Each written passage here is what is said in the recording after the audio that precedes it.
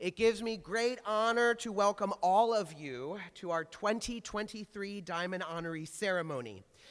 Yes, hear, hear.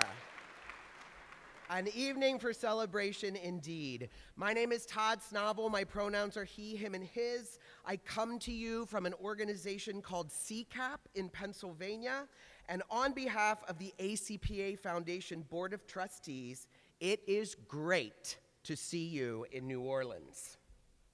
To start, we would like to acknowledge the land that we are gathered on today.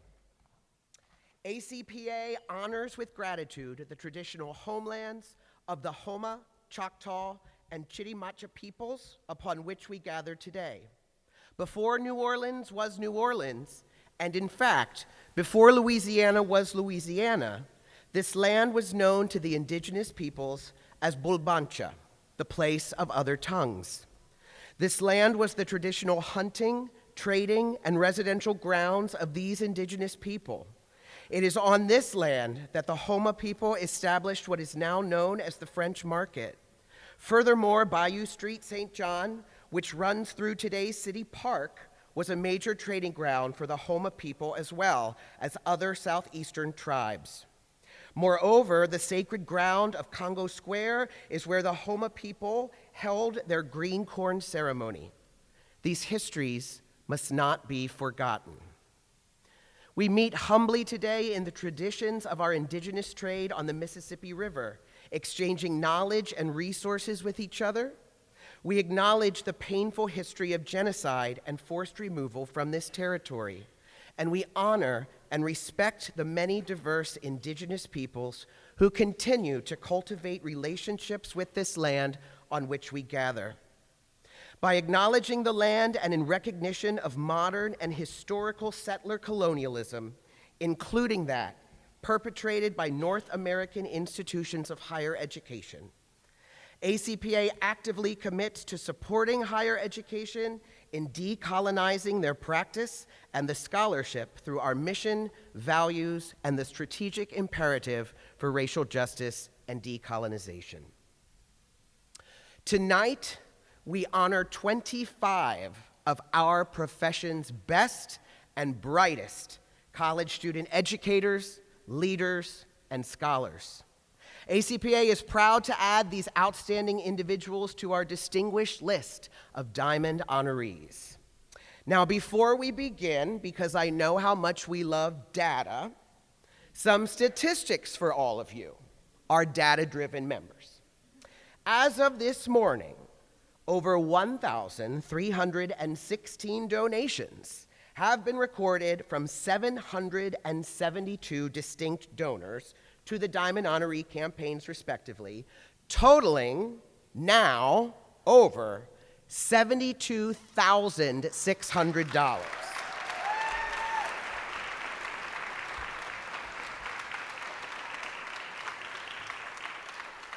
These generous gifts of support do not just help to celebrate our very deserving honorees, but also support the association's research, scholarship, and professional development strategic initiatives. And we thank each and every one of our donors for their contributions and support.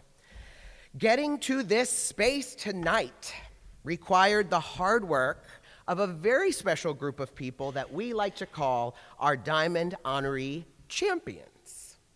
Our champions work tirelessly to nominate the members of the class of 2023 and then spend a large amount of time raising funds on their behalf, coordinating thank yous and messages to donors, and maybe every so often putting up with a barrage of emails from Jean and Kathy. They are truly champions. I would now like to ask for those who are able if all 2023 campaign champions would stand or otherwise recognize yourself in the spaces that you occupy out there. Let's hear it for our champions.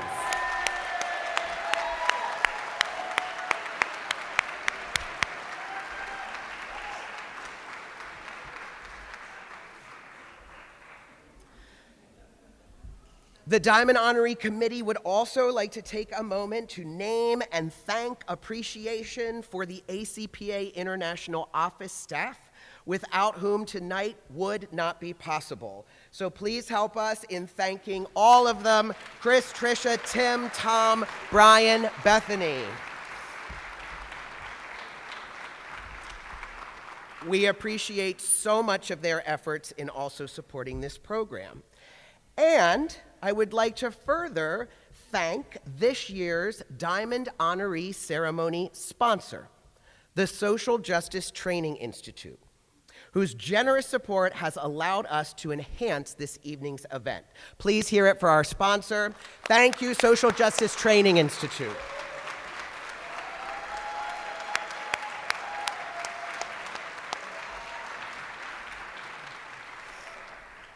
And finally, the foundation likes to take a moment to recognize and thank the members of our 1924 Circle. This is a group of individuals who have made generous gifts through planned gifts to the ACPA Foundation. I would ask if members of the 1924 Circle who are here, please stand if able or otherwise make your presence known. Thank you to our 1924 Circle members.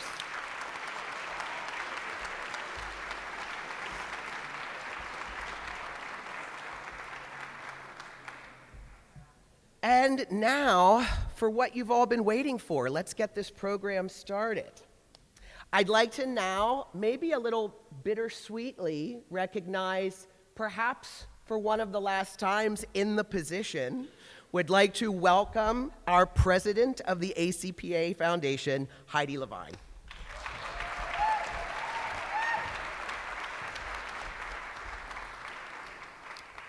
Good evening, and please allow me to add my welcome to this celebration of 25 outstanding colleagues. In 1999, to celebrate ACPA's 75th Diamond Anniversary, what was then the Educational Leadership Foundation recognized 75 contemporary and historic professional leaders as the first Diamond honorees. This evening, in the 25th Diamond Honoree ceremony, the foundation is proud to induct 25 individuals who have distinguished themselves as leaders in our field and within ACPA. The Diamond Honoree program has become a cherished way to honor those who are leading ACPA, student affairs, and higher education in boldly transforming students' lives, and is the foremost annual fundraising initiative of the ACPA Foundation.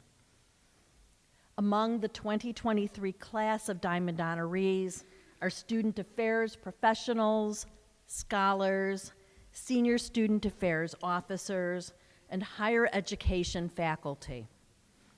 They have served ACPA as members of editorial boards, entity group leaders, CAS representatives, foundation trustees, and include a past association president.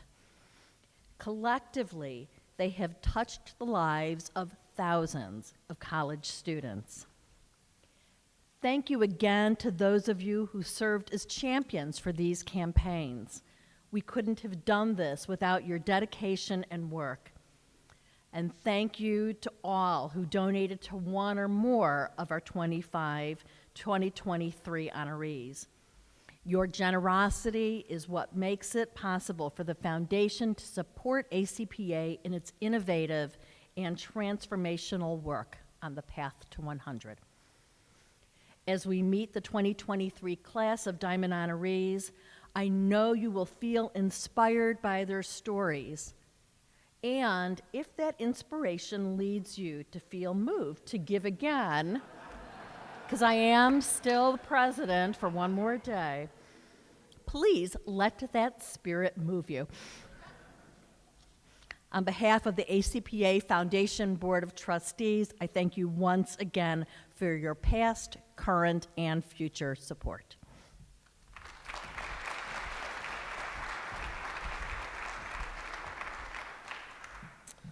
Thank you, Heidi.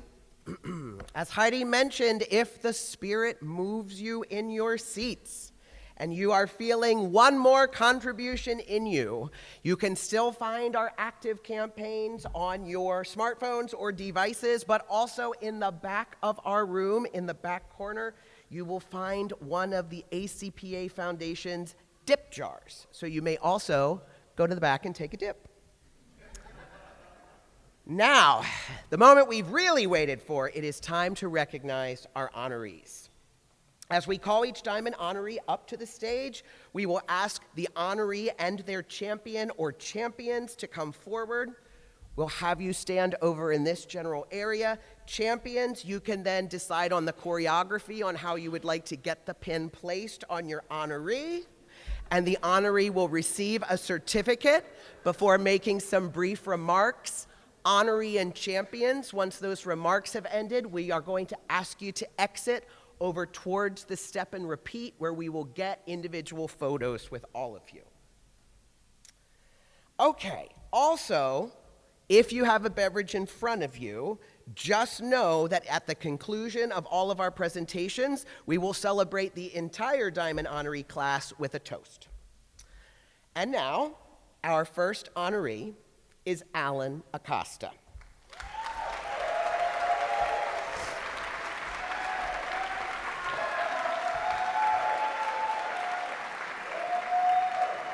Alan is accompanied by champions Dave Fleming, Heidi Levine, and Melissa Jones. He currently serves as the Assistant Vice Provost for Student Life and Director of Positive Learning Environments at the University of Massachusetts Chan Medical School.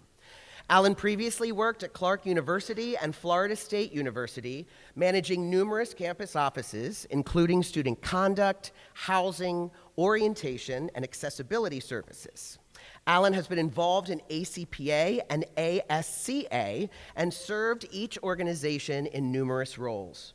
He has authored academic articles and chapters and was a co-editor of a book focused on student conduct in college residence halls.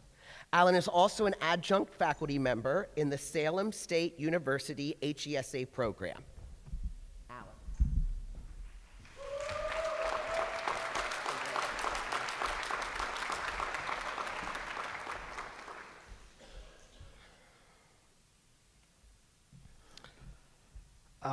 I am so humbled and overwhelmed by this wonderful recognition. Throughout my career and time in ACPA, I have been incredibly lucky to have had so many people help me get to this moment. And if I tried to individually name every single person who has impacted me, poured into me, supported me, I'd leave someone out and feel like garbage. So I just want to say thank you to everybody who has supported me and loved me over the years. Having said that, I do want to say a special thanks to Dave and Heidi and Melissa for championing me. Your friendship means more than you know. To my partner Danielle, thank you.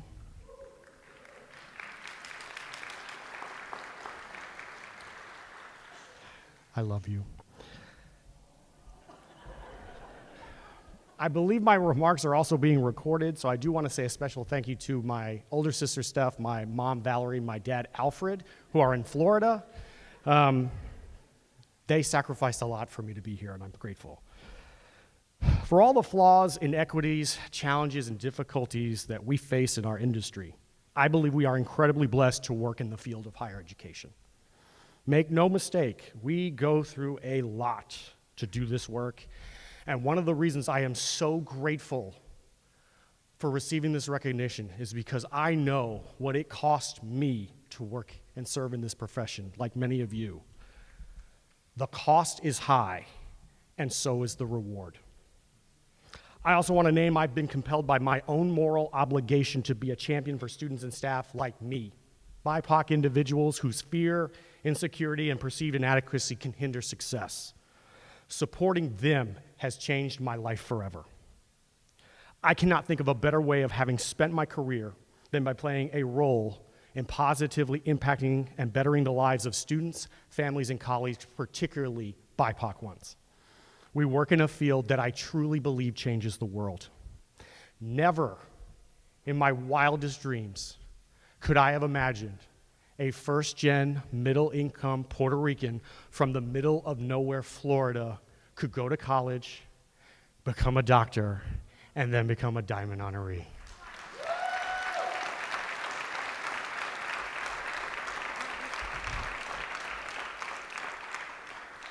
I am my family elder's wildest dreams. Thank you.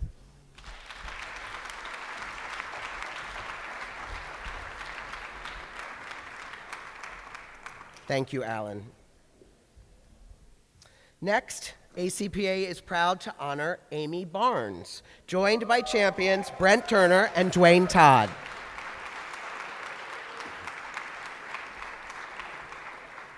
Amy serves as a clinical associate professor in the Higher Education and Student Affairs program at Ohio State University and director of the Education Doctorate. She is the director of the inaugural HESA EDD program at Ohio State. Additionally, Dr. Barnes oversees the management of the SESA's undergraduate leadership course offerings and curriculum associated with the university's interdisciplinary leadership minor. Prior to her tenure as a faculty member, Dr. Barnes spent 14 years in administrative roles in first-year experience, residential life, career services, and Central Student Affairs Administration. She is an author of an innovative leadership workbook for college students and leadership theory, Facilitator's Guide for Cultivating Critical Perspectives, and has published in numerous journals and practice-based publications.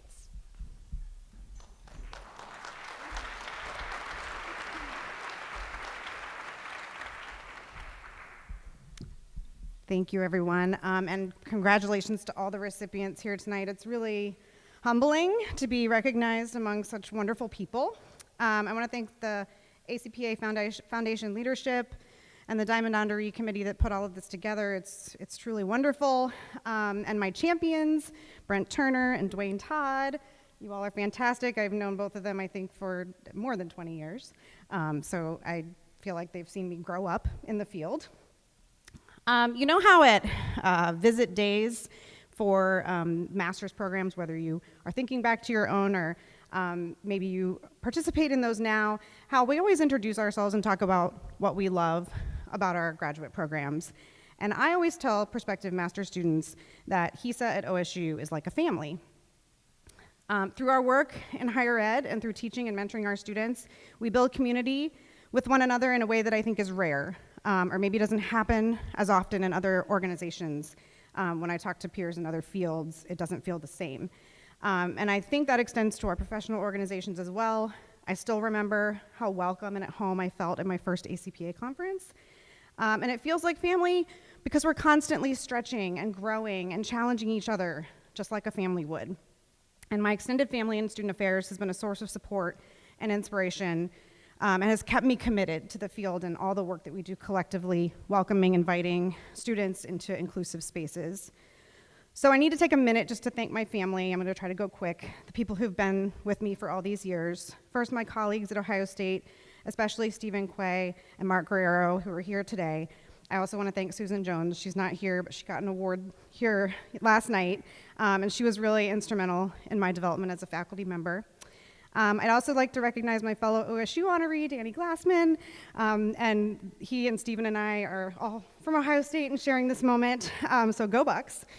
My leadership educator colleagues who've helped me learn and grow as a teacher and researcher, especially Melissa Rocco, and I think Cameron Beatty and Darren Pierre are here this evening as well. Former and current students turned colleagues, 3 of whom are here tonight, Zach Foste, Antonio Duran, and Lisa Combs. All of the wonderful EDD students that I advise, and they put up with all my edits on their dissertations.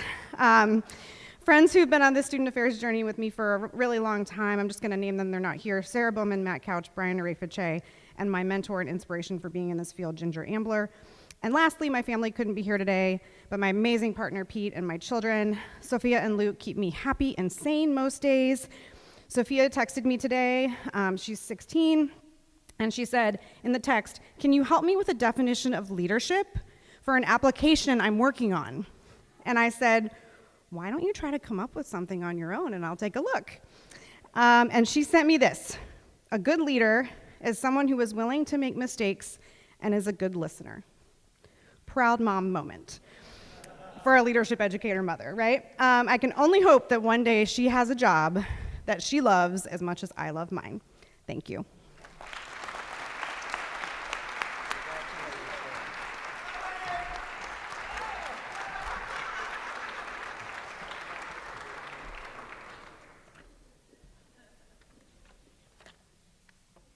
Thank you, Amy.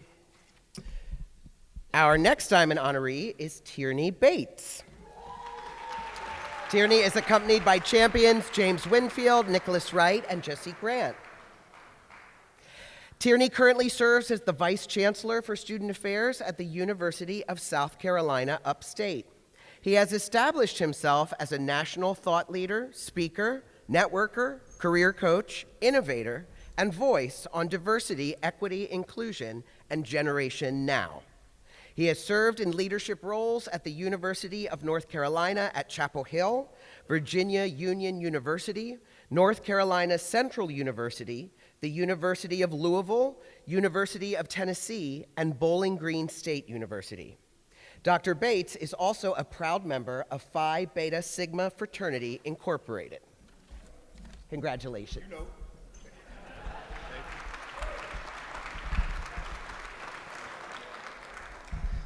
First and foremost, just humbled to be with all of you guys this evening.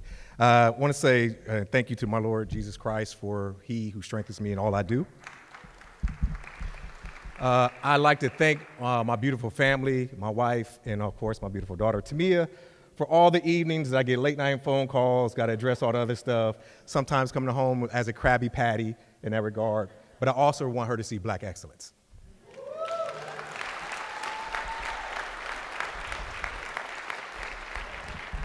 I want to thank the ACPA Foundation for putting us on and recognizing the work we do in this field for our colleagues overall and how important it is moving forward. But most importantly, I want to thank my champions and nominators, as they call me the Clarence Avant of Black higher education. Google who Clarence Avant is. I want to take the time to say thank you to Dr. Jesse L. Grant, Dr. James Winfield, and Dr. Nicholas Wright, who all nominated me and were my champions for this. I want to thank all the colleagues that I've worked with over the years being in this field overall. People have poured into me multiple different ways as either colleagues, mentors, or just friends in general in this profession. We are in the profession of human development, and it's important for us to understand that we empower communities and change lives through this work. I accept this because this is very humbling for me overall, because a lot of us go day to day throughout our work and sometimes don't get recognized for what we're doing. And it's important for us to understand why we're doing this work and how important it is overall, because this is soul work for me. I remember being an undergraduate student. I remember the experiences I had and the reason why I'm in this field, and hopefully I'm making a difference for somebody else by empowering them overall. I want to thank you all for being here this evening. Let's keep doing this work. Let's keep doing this soul work overall. And I'm going to leave you with this. I stand on the shoulders of giants and elders. And you make a living by what you do, but you make a life by what you give. Thank you.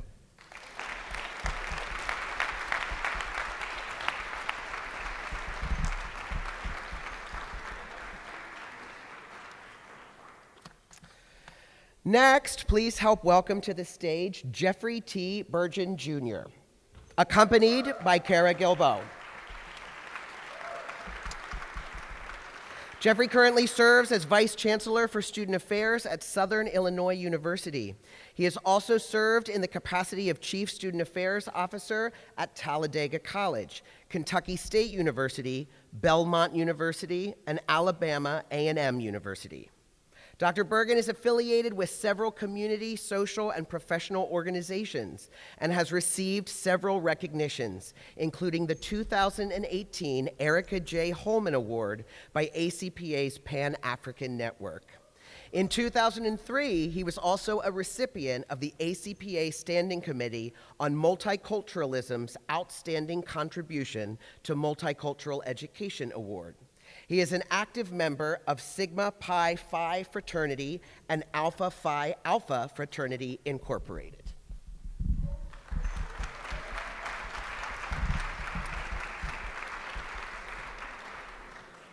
Thank you very much to the foundation for this honor. Thank you to my champion, Cara Gilbo. You are an amazing professional.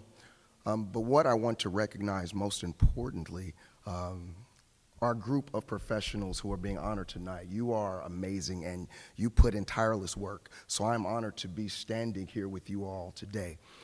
One thing that I recognize is what Kimball Spencer said, that God does notice us and he takes care of us, but it is usually through others that he fulfills our needs. In student affairs, higher education, we fulfill the needs of so many on a daily basis. But it was at the University of Cincinnati that Michael Enderle, Paul Eric Abercrombie, and Frank Bowen took a young person and developed them. It was at Ohio University where I received my master's that Robert Young, who was an amazing advisor, Melissa Exum, Mama Exum, amazing supervisor. It was at the University of Alabama where I received my doctorate that David Jones took care of me and was my advisor. His wife, Jennifer Benson Jones, and Margaret King, all on my committee, they saw something in me and got me through for me to be able to earn that degree.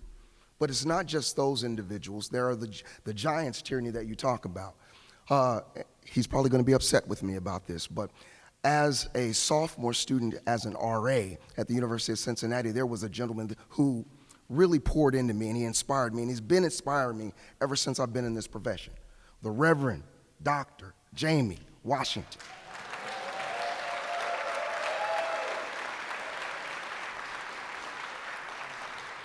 We were having a conversation last evening as to whether or not it's Reverend, Dr. Reverend, and the answer is simply this: you got to put God first. And so for me, I know that the work that we do, the work that I do, this isn't about me. This is about us transforming lives. We take young people on a daily basis and we help change the condition of themselves, their families, and their communities. I know sometimes that it is tiring, but we must always continue to do the work. I'm also very thankful to Southern Illinois University, my chancellor, and all of the staff and faculty that are there that allow me to do this work. And hopefully I am making a change. Thank you very much.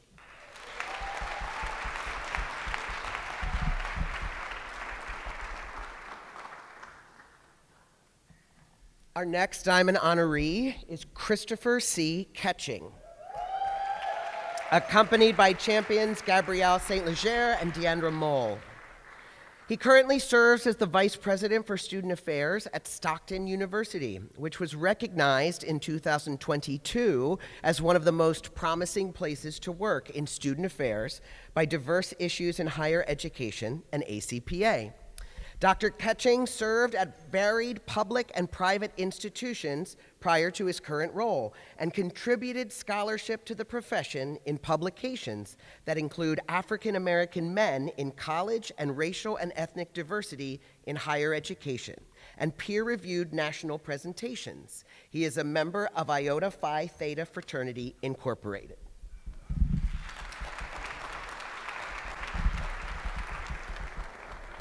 Good evening, everyone. It is truly an honor to be here and be recognized amongst the giants in our profession. I'm humbled to be up here. And I'll tell you a little bit about, my journey here. So ACPA is such a special place. No other place could you come off the street, as I did in 2003 in Minneapolis, not knowing a soul, and finding a way to get connected immediately and having a committee chairpersonship and getting involved in Pan-African Network. Shout out to where the Pan folks at, right? So past and present, and that's just, I wouldn't be here without this association and just a special place that it is in terms of being a place where you could literally walk off the street without knowing anyone and become part of a larger family. And it's a unique space for that purpose. There are a number of things that have contributed to me being here. Certainly my family, and a couple of areas. My family, anybody knows anything about me, my family grounded me in this profession probably before I even knew I was going to be an educator. Being a first-generation college student, just like many of us that are here, that really grounded me because I knew I needed to graduate from college. I knew I needed to come back and tell the story to my family. And so my family, two of whom are actually in higher ed, who followed in the footsteps, really grounded me in this work. I would also say the Educational Opportunity Fund program at Montclair State University, which provided access for me to go to college, also helped raise those fundamental first questions that I had about underrepresented students. Why weren't more students from my community in Newark, New Jersey going to college? And then once I got to college, why weren't more students, black and brown students, graduating? And those questions have followed me my entire career. And so having that experience coming into college through a program like EOF really grounded me in addition to my own family. Some of the communities I've been blessed to be part of in ACPA, and I shout out Pan, being able to be part of that group and seeing the growth and the continued evolution and contributions that is made in the field. The African American Male Summit, so there are many folks. How many folks have participated in the summit at some point in time here? And a number of folks here have created that space a long time ago.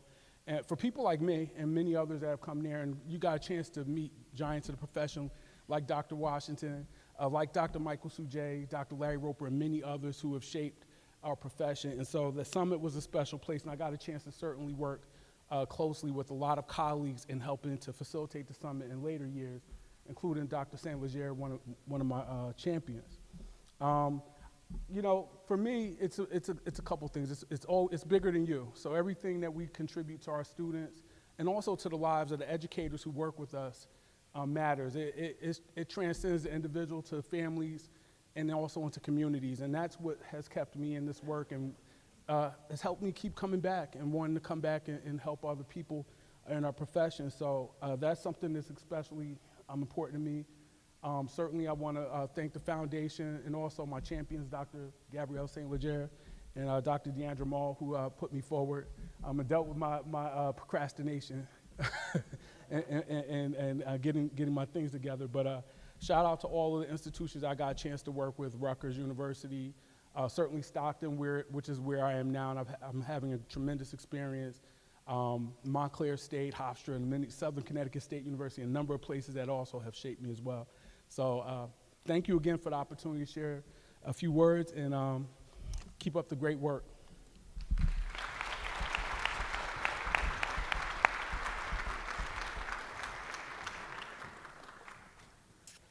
Next, please welcome Kelly M. Dixon. Kelly is accompanied by champion Shatina Jones. Kelly Dixon is the Director of Student Affairs and Staff Development at North Carolina Agricultural and Technical State University. She is also a consultant who specializes in assessment, diversity, equity, inclusion, and justice, institutional and organizational effectiveness, leadership development, program review, and strategic planning. Since 2011, Dixon has served in a variety of positions in higher education administration. In addition, Dixon has held graduate adjunct faculty appointments and serves on dissertation committees. She was the NASPA Region 3 HBCU Division Chair from 2020 to 2022, and the National Chair of the ACPA Commission on Assessment and Evaluation from 2021 to 2023. Dixon also served as editorial board member for the Journal of Research and Practice in Assessment and associate editor for ACPA's About Campus Journal. She is a member of Zeta Phi Beta Sorority Incorporated.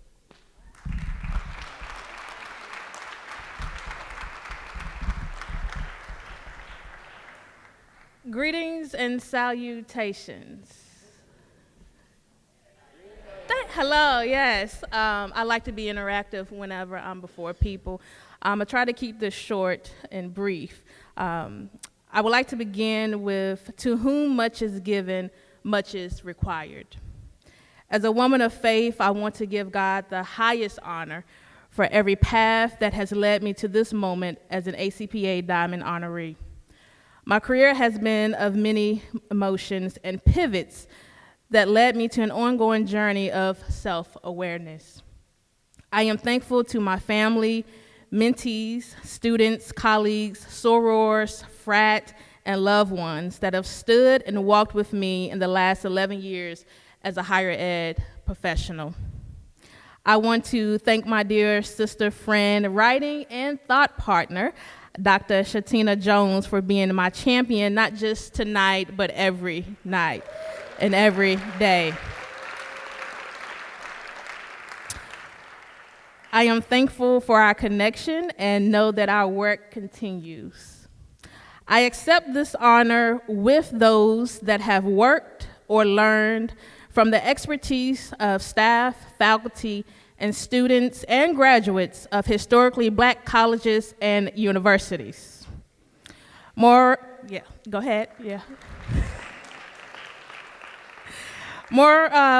particularly, I would like to thank the HBCU that gave me not only a place, but a space to do what I do. The North Carolina Agricultural and Technical State University, Aggie Pride. It is here where I learned my love for assessment and the intersection of diversity, equity, and inclusion. A space that has opened many doors for me and continues to allow me to leave the door open for others who look like me. In this data-driven, I heard data-driven earlier when you talked, and that excited me. Because as a Black woman in data, I tend to be lonely in that space. But I think, and I want to see if she's here, Dr. Martha Glass, who gave me permission and also gave me the validation to be myself unapologetically as a Black woman in this space. Thank you. I want to take this moment to honor my own Diamond Honoree, my paternal grandmother, Geraldine Dixon, prophetess Geraldine Dixon. My grandmother has and still serves as the foundation of my path and walk in this life. After my grandmother's death in 2013, I committed myself to honor her in all that I do. Her last words to me before her death was, "Kelly, you're called out to be special. You're going to be a doctor and own a business. You are quite special."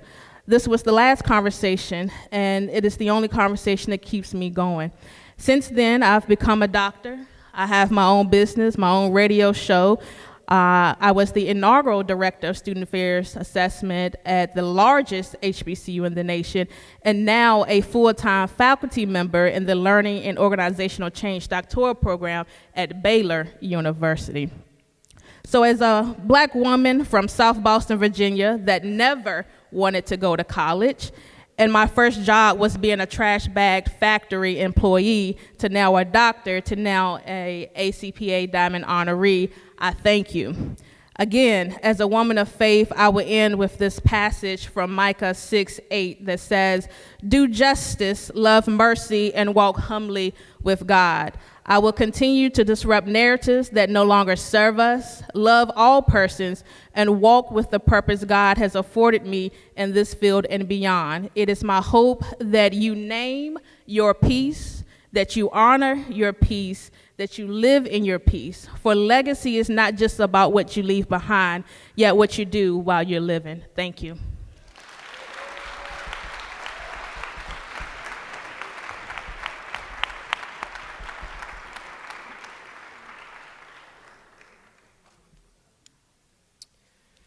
Our next honoree is Valerie Glassman. Valerie is accompanied by champion Allison Cruz. Valerie is the Senior Director for Student Affairs at the UNC School of Medicine in Chapel Hill. She is a scholar practitioner whose fields of research and practice include inclusive excellence and appreciative inquiry in response to student conflict, the impacts of judicialization and workplace trauma on student conduct administrators, and the intersections of student behavior and religious, spiritual, and secular identities. Dr. Glassman is currently developing a manuscript with a team of women scholars that emphasizes the inclusion of the voices and history of women and people of color as central to the development of student affairs as a profession. Dr. Glassman has served for over 8 years on the Commission for Student Conduct and Legal Issues and was recognized with CSCLI's Award for Student Impact in 2017 and the Outstanding Research in Student Conduct Award in 2020. She is also a visiting assistant professor at Salem State University.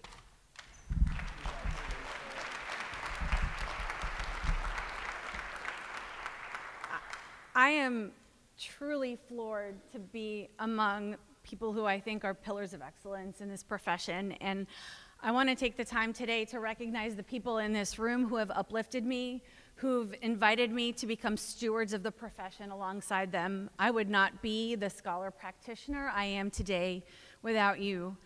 So I start with my freshman year RA, Jenny Small, my co-honoree tonight, the first student affairs professional I ever met on the 5th floor of Pomerantz Brandeis University. Thank you for being there for me through a lot of roommate troubles. I recognize the folks in my student conduct community, 3 other amazing diamond honorees tonight, Dr. Ryan Holmes, Dr. Alan Acosta, and Dr. Karen Boyd. Thank you for inviting me to steward student conduct alongside you as well. I also want to thank the other people in the room in my extended student conduct community, Dr. Kyle Williams, Tamara Greenfield King, and a former Diamond honoree, Lana Crane. I love you folks very much. I want to thank my colleague from my master's program at Indiana University, Sarah Schmidt, who kindly invited me to sleep in her spare bed here at ACPA so I could be here tonight. I want to thank my sisters and my colleagues and my co-scholar practitioner sisters, Allison Cruz, Jamie Vassell, Danielle Klein, and Dee Schmidt, who unfortunately could not be here tonight.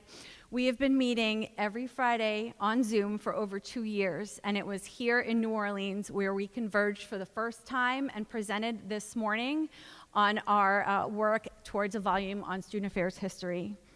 And finally, I just want to thank my champions, again, Allison Cruz, and the folks who could not be here tonight, Dr. Jason Lynch, Diamond honoree Dr. Jason Merriweather, and my dissertation advisor and colleague, Dr. Travis Lewis.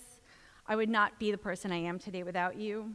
Finally, thank you so much to my husband and my son, Matthew and Rafi Glassman, for putting up with me going to the library every Saturday so that I could continue to work, even when I said I was going to stop at my dissertation. Thank you all for allowing me to make mistakes. Thank you all for uplifting me when I needed it. And thank you so much for this honor. I'm still flabbergasted that I'm here. Thank you.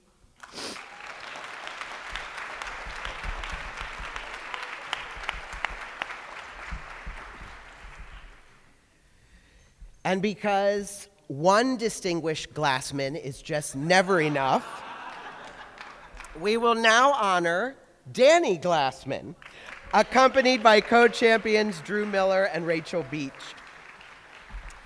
Danny is an experienced, student-centered student affairs leader with a deep background and expertise in creating and assessing strategies and programs that advance student learning, engagement, and success for all students. As Associate Vice President for Student Engagement and Support and Dean of Students at The Ohio State University, Dr. Glassman supports the areas of leadership and community engagement, Ohio Union operations and events, parent and family relations, sorority and fraternity life, student activities and orientation, the Student Advocacy Center, student conduct, student philanthropy, and student sustainability education and engagement. His portfolio also includes focusing on collaboration with Ohio State's regional campuses and strategic initiatives that advance the student experience across all Ohio State campuses.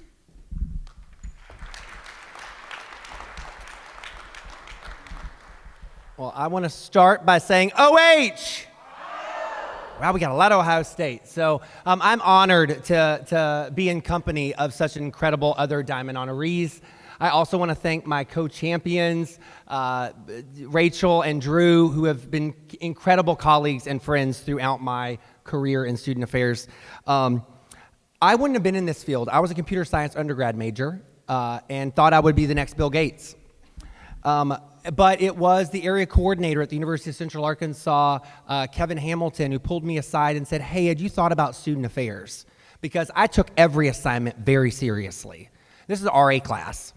And I designed that residence hall to the utmost. And no one else cared about the design of the residence hall, but I did.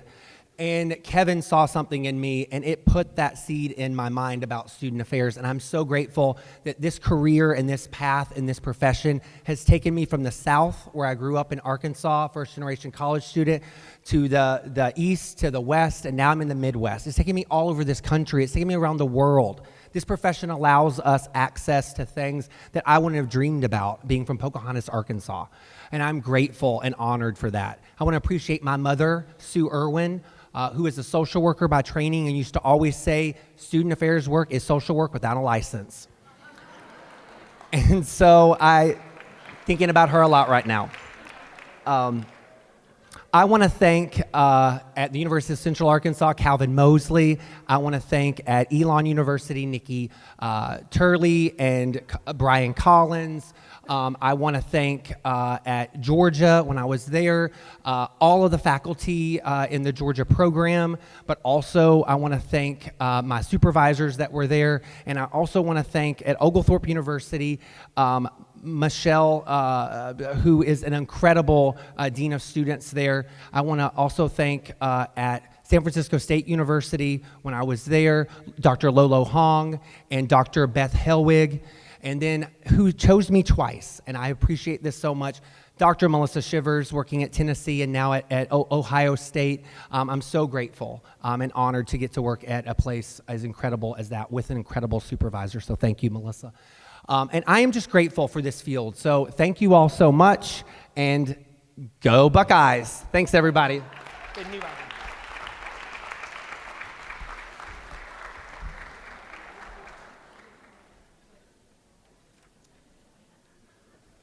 Our next honoree is Venny Gore, accompanied by champions Heather Shea, Ray Gasser, Jean Royal, and Alan Shaw. Venny is the Senior Vice President for Student Life and Engagement at Michigan State University. He administers housing and culinary programs for 17,000 plus students.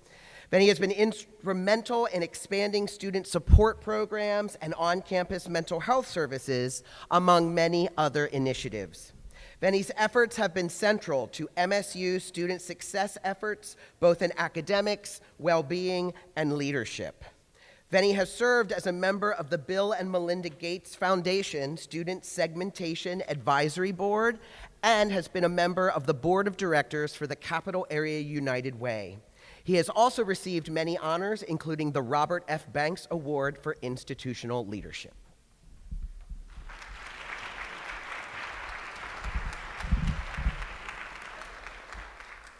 Go Green!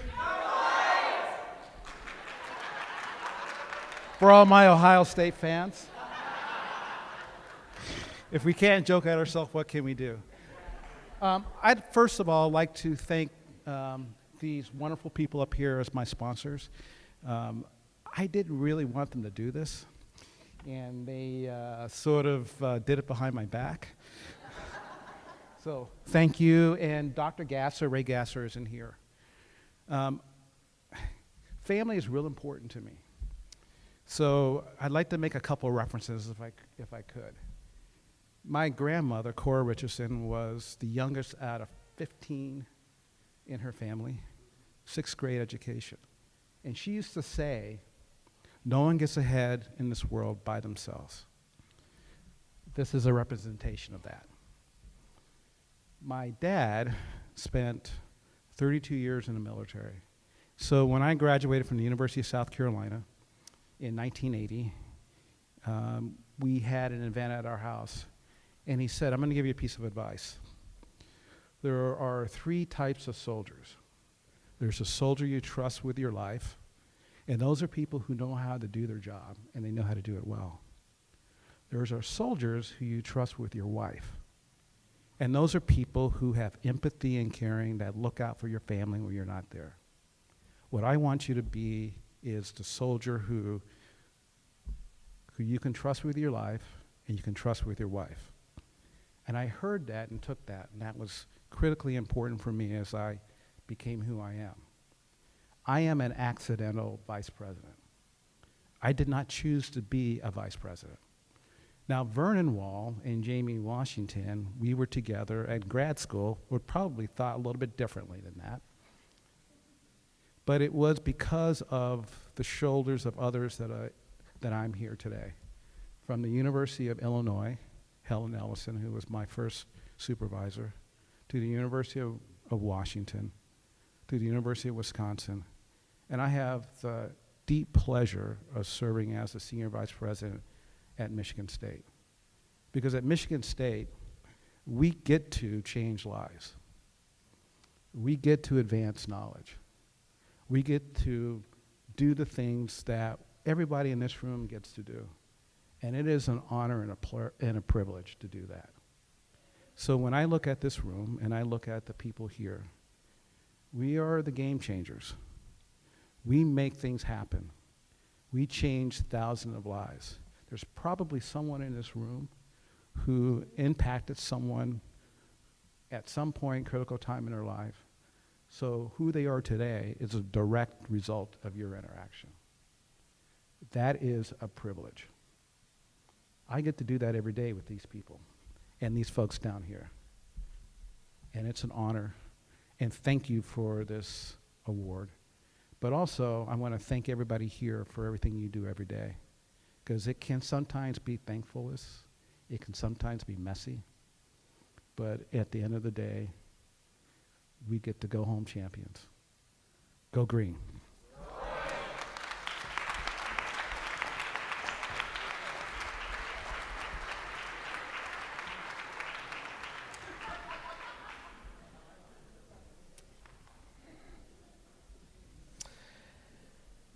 Our next honoree is Ryan C. Holmes.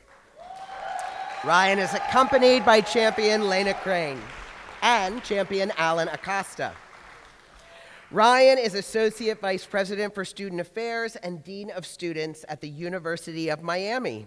He presents and publishes in the areas of social justice, bias, conflict resolution, student conduct, diversity, equity, and inclusion, and entitlement. He is a past president of the Association for Student Conduct Administration and was a driving force for ASCA's first African American Male Summit. He has served as past vice chair of outreach for ACPA's Commission for Social Justice Educators, past faculty director of NASPA's new AVP Institute, and mentor in the 5,000 Role Models of Excellence.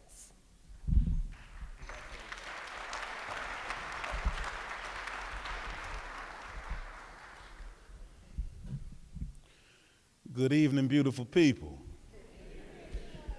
I want you to find a neighbor, look at him, and repeat after me. Neighbor, look at you with your good-looking self. Give yourselves a round of applause.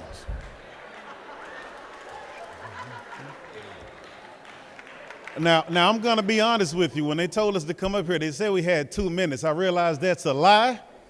So therefore, you get to roll with me this evening, okay?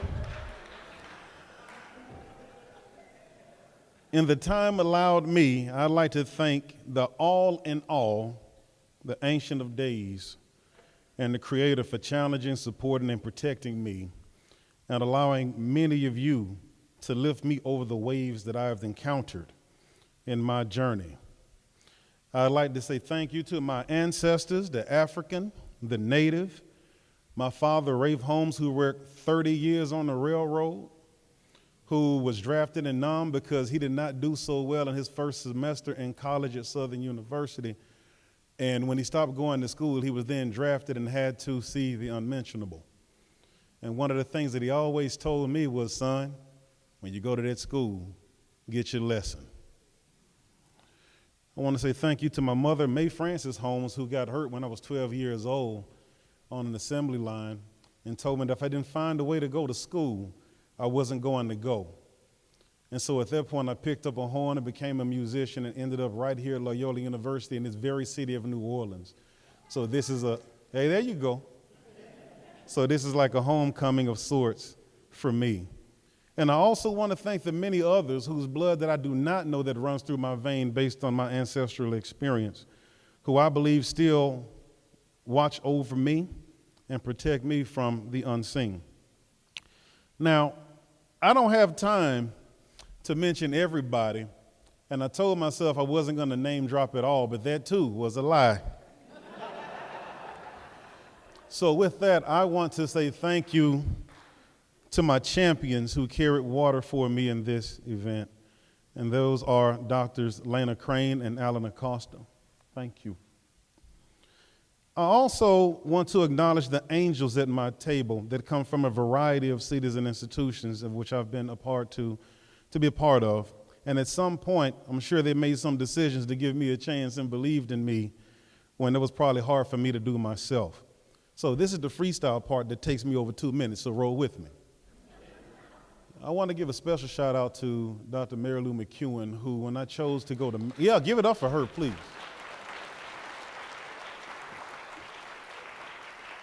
Because I had not quite made the decision to go to the University in Maryland, and she personally drove me to BWI Airport.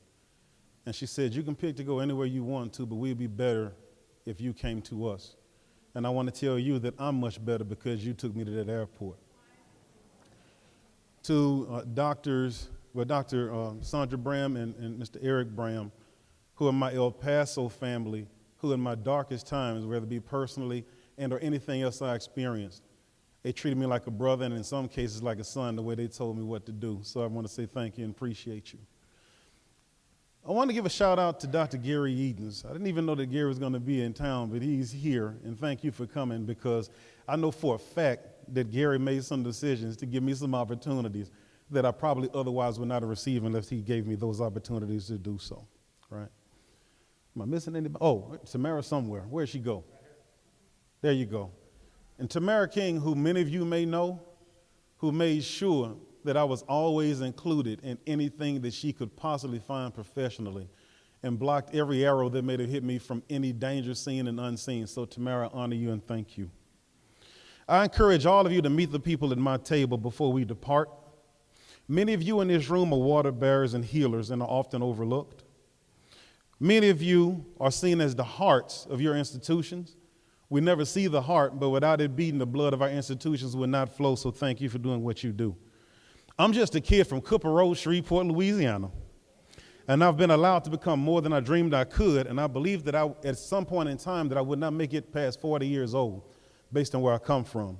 I'm past 40, and I have the two best children that anyone could ever ask for, so Ramali and Raziel, Daddy loves you.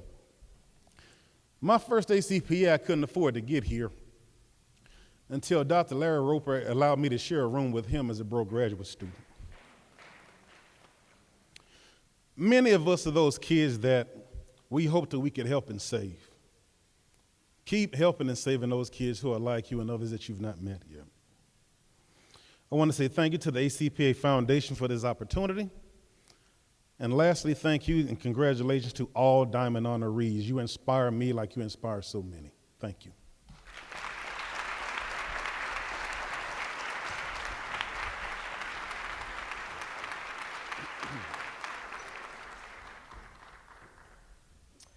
And next, we honor Jacqueline Huggins, accompanied by champion Pamela Townsend.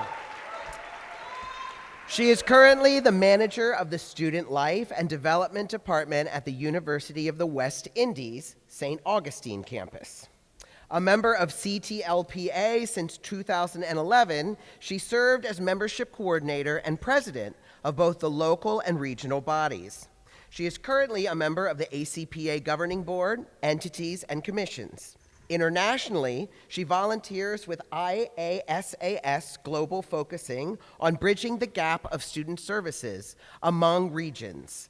At work, she focuses on championing the cause of students with disabilities as an involved in numerous organizations locally, regionally, and internationally.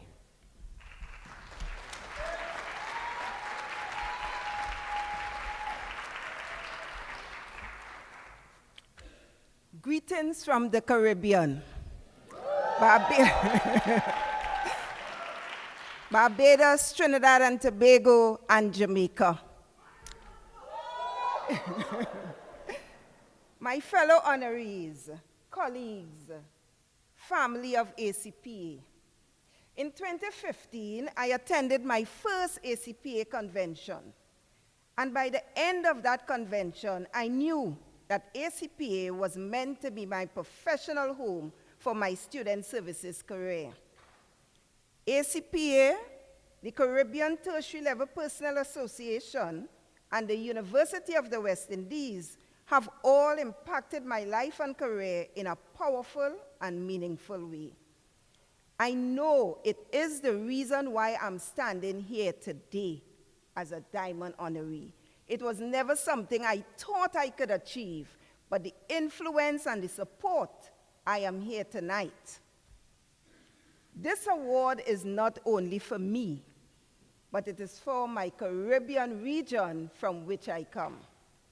Truly, ACPA is seen as the embodiment of an international and inclusive professional development organization. Student services is a great profession, but not one without sacrifice and dedication to the calling. The pleasure and satisfaction of working with students in general and students with disabilities in particular have been a driving force in my career. Thanks is something I always like to give. And firstly, I want to thank my mother, Alberta, who is no longer with us, but she lit that fire in me that said education is important, not even the fact that she was able to complete primary school.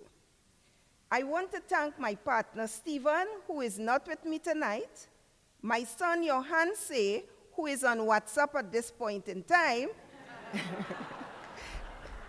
He is studying in Canada, and my siblings for the patience and understanding of the long hours spent with the many adopted brothers, sisters, and siblings that I brought home. Thanks for the support that they give me the strength to rise every morning and continue working through all the challenges I face each day. Sincere thanks go to the presidents, executives, and members of the regional and local chapters of CTLPA for their support, their donation, and just the fact that they are here today. Special thanks go to all those who contributed financially to my Diamond Honoree Fund. It was greatly appreciated. Coming from the Caribbean, I was wondering who would, and I am so happy to see some of my colleagues from ACPA actually donated. I sincerely thank you. Special thanks to the ACPA Foundation and the Diamond Honoree Program for bestowing on me this great honor. I am really humbled. I also want to thank my colleagues from the University of the West Indies, and special thanks to Amanda Best Noel, who is my professional development partner. We meet once a month to talk about where we are going, how it's happening, and what we need to do. Last but not least, my champion, Miss Pamela Townsend, who tried to convince me last year that I should go up for this award, and I said no.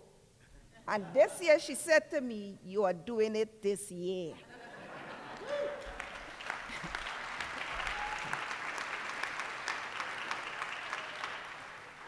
I met Pamela some years ago when I was a student, and she was a student pharmacist. And I always had migraines, and I went to purchase a box of Vasograin. And the staff said to me, "The pharmacist needs to speak with you." And she came, she gave me some advice, and I never took a Vasograin again. Pamela, sincere thank you for believing in me and recognizing the work that I have done. To God be the glory. Thank you.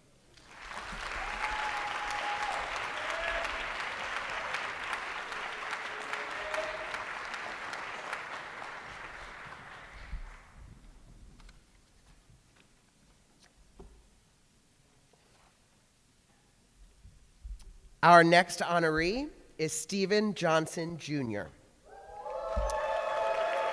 accompanied by champions Nikita Annette Haney, Amanda Mollett, and Zachary Foss. He serves as the Assistant Dean of Diversity, Equity, Inclusion, and Belonging in the School of Business at the University of Kansas. In this role, he is responsible for leading diversity-related recruitment and retention, programming, outreach, community development, proposal development, fundraising, and evaluation efforts across the school for students, faculty, and staff. Johnson acts as the school's leader in the strategies, policies, and administration for matters of diversity, equity, inclusion, and belonging. In addition to his campus-related endeavors, Johnson has involved himself in regional and national associations, including his recent engagements with various committees and entity groups within ACPA. He has also presented at regional and national conferences on issues that affect individuals from marginalized populations.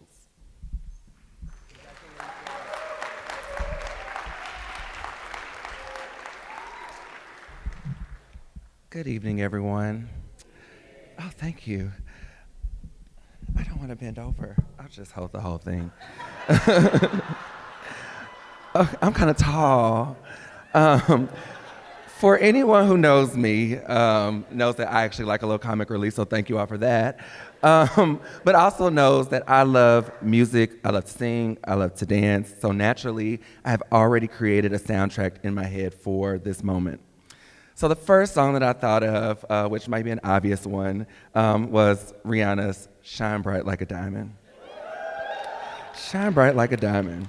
A song for which has been reinforced much throughout this convention experience as others have sung it to me as they have been celebrating this major accomplishment. I'm reminded by the song and by those who have sung it to me that diamonds are beautiful and desire to be seen. They're treasured and often connected with some of our most precious life moments. And in the call to shine bright, I am reflective of the moments in my life where I have been seen and where others have looked to me as a source of light. I feel fortunate through my work on campus, within my communities, within professional associations and other spaces, that I've been a source of inspiration to others. It's a privilege to know that there are folks who look to my contributions and find it meaningful and worthy. When I originally received this award or the email of the award, I wrestled with what it meant to be a Diamond Honoree. In this time and with my experiences, what originally made me feel a bit insecure about receiving the honor actually prompted reflection for all the things that make me unique. Yes, I'm a relatively young professional who's moved through their career in a very passionate way and moved in leadership relatively quickly. I am young, enthusiastic, bold, Black, queer, and I show up authentically in all the spaces I occupy with an infectious spirit that draws folks into me. I'm humble, at times to my detriment, but also grounded and focused on doing great work. I'm grateful to have shifted from a place of questioning to being proud of who I am and what I've contributed thus far to the field of higher education. In a time where state and national lawmakers attack the work of equity and inclusion, where there are individuals who would like to strip away even more humanity for our most vulnerable populations, and where it has been an acceptable culture to tear down one another, I'm choosing to resist, and I'm choosing to shine. Thank you. I'd like to thank my champions, Nikita Haney, Dr. Amanda Mollett, and Dr. Zach Fosty, for all you've done to affirm me, both in this process, but then broadly through my journey. Thank you to the mentors in this space, and you all know who you are. Thank you to all of you who have invested in my growth, called me in, and who have counseled me. Thank you to all of my role models who have showed me pathways that I felt originally unimaginable. Thank you to the Pan-African Network, gotta shout that out, for being the space that enveloped me within the association and contributed greatly to my professional growth and my professional journey. And to my colleagues, friends, family, loved ones, near and far, thank you all for this recognition. Good night.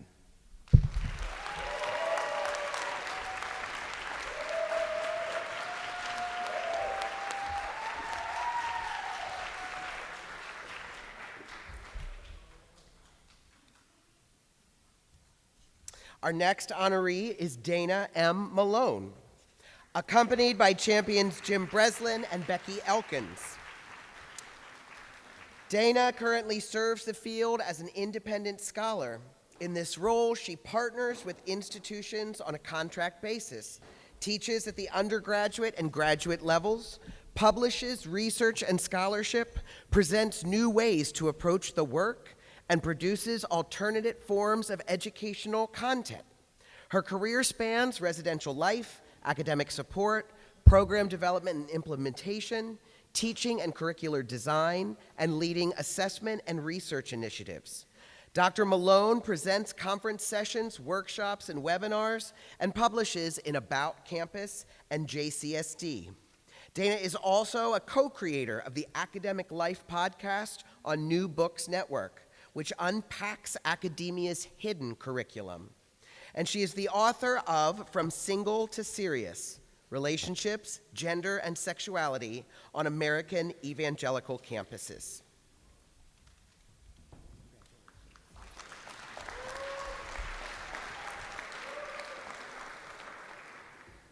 Thank you. In all candor, this feels very surreal. I'm sitting with gratitude and awe to be among such an accomplished class of honorees. I never imagined I'd receive this honor, an honor like this, given my career path the last several years. When I attended convention in 2014, I was a relatively new mom, no longer a doc student, and working part-time remotely. I struggled significantly at that convention, feeling like I no longer fit after more than a decade in the field. That feeling only intensified when I became an independent scholar. For years, I would struggle with feeling like a second-class citizen because I didn't have a full-time campus-based job. I reckoned with what it means and feels like to embody this liminal space in the academy where positionalized power, titles, and pedigree too often determine status, worth, and promotion. I am honored that my offerings to this field I love so dearly have resonated. For me, this award is about recognition of folks who have forged their own unique paths forward in higher ed and the people who come alongside them. So I'd like to recognize some of my people now. Just some, not everyone. I am deeply grateful to Dr. Jim Breslin for his faithful friendship and ceaseless support of my work. Since our first meeting as graduate students in student development theory, he's had my back and been my champion. I'd also like to express my gratitude to Dr. Becky Elkins for championing my nomination. Though we are newer friends, our kindred connection was instant, and Becky has been a source of great joy and support during a pivotal transition in my life. I'd also like to thank Dr. Karen Lewis, Dr. Zebulon Davenport, and Dr. Christina Gessler for their letters of support. Each of them have impacted me in significant ways. I want to thank my dear friend, Dr. Brooke Lombardi, for being here tonight, and most of all, for her radical honesty and enduring friendship. The space we share has always been special, and I felt it when you were an RA on my staff 15 years ago. I'm grateful to my most faithful supporter and partner through life the past 24 years, Casey Malone. Thank you for holding space for me to grow and become, and for giving selflessly so I could pursue what is meaningful for me at various stages and moments throughout our journey together. And I'm so glad the stars aligned for you to be here with me tonight. To close, I'd like to acknowledge I would not be here today without so many people holding the door open for me and inviting me in. Having kindred spirit friends in the field who truly see you and your work is a gift beyond any other, and that is what this award represents to me. Thank you.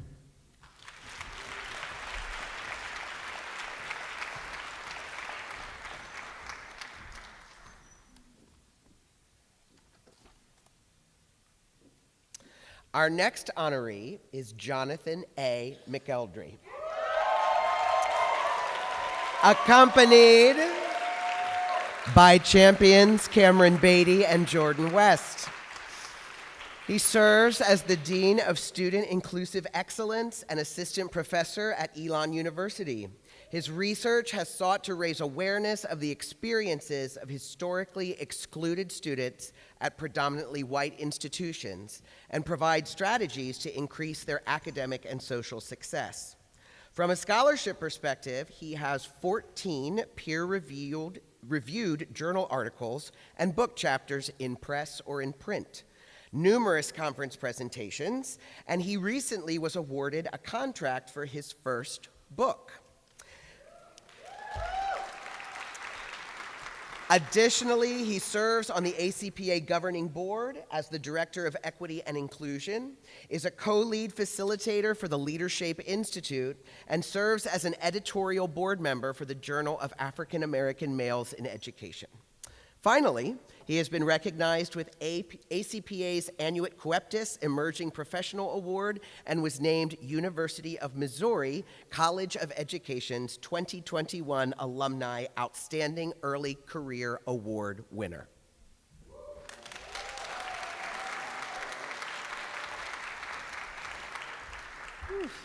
All right, here we are. As good as I can sing. All right. So what a privilege and an honor it is to be included in this year's 2023 Diamond Honoree class. My journey with ACPA began 20 years ago at George Mason University when Dr. Chayla Haynes Davidson, ACPA member and past Penn chair, chose this first-generation college student from Richmond, Virginia to become a 2003 orientation leader. I didn't know then, but would later realize the impact ACPA would have on my personal, professional, and life journey. My experience with ACPA has been a space of learning, growth, reflection, and a testament to the power of mentoring and the impact that it can have on people who look and identify as I do. I attended my first ACPA 13 years ago with two friends, Drs. Chiquita Baylor and Cameron Harris, and our lifetime friendship was solidified 20 years ago when they also were selected as orientation leaders. Together, we have been going since then, and we have not skipped a beat. During my first conference, they helped to shepherd me through this organization and introduce me to the world of student affairs and higher education. Who knew those many years ago that we would all be first-generation PhDs and work in a field that we all love, but has done so much for each of us? The Pan-African Network. And the coalition and network space has been the cornerstone to my involvement in ACPA and my career in higher education. Before we had Wakanda Forever, ACPA had Dr. Aja Holmes letting the Black identified folks know that Pan always sits together at the opening and letting us know that this was a space for us, and I appreciate that so much, Aja. I remember my first Pan Open business meeting where everybody stood up, stated their name, institution, and their position, and I was honestly terrified. But Dr. Tracy Cameron leaned over and whispered, she said, "I went to Ohio University too, let's connect." And from there, history was made. She helped spearhead me into leadership with the PAN Directorate and to build lifelong friendships and connections with past chairs and directorate board members. ACPA and PAN has been a community that has helped shape me as a practitioner, a scholar, and educator. This association has allowed me an opportunity to build upon my leadership skills. Whether it's the Reverend Dr. Jamie Washington ensuring me that I have what it takes to be a co-lead facilitator for leadership, or getting the call from Vernon Wall letting me know that I have been nominated for a role on the governing board, to Dr. Chris Moody answering all my questions and emails and throwing a little housewives humor along the way. I hope that in my time in this field that I can be an example for generations to come.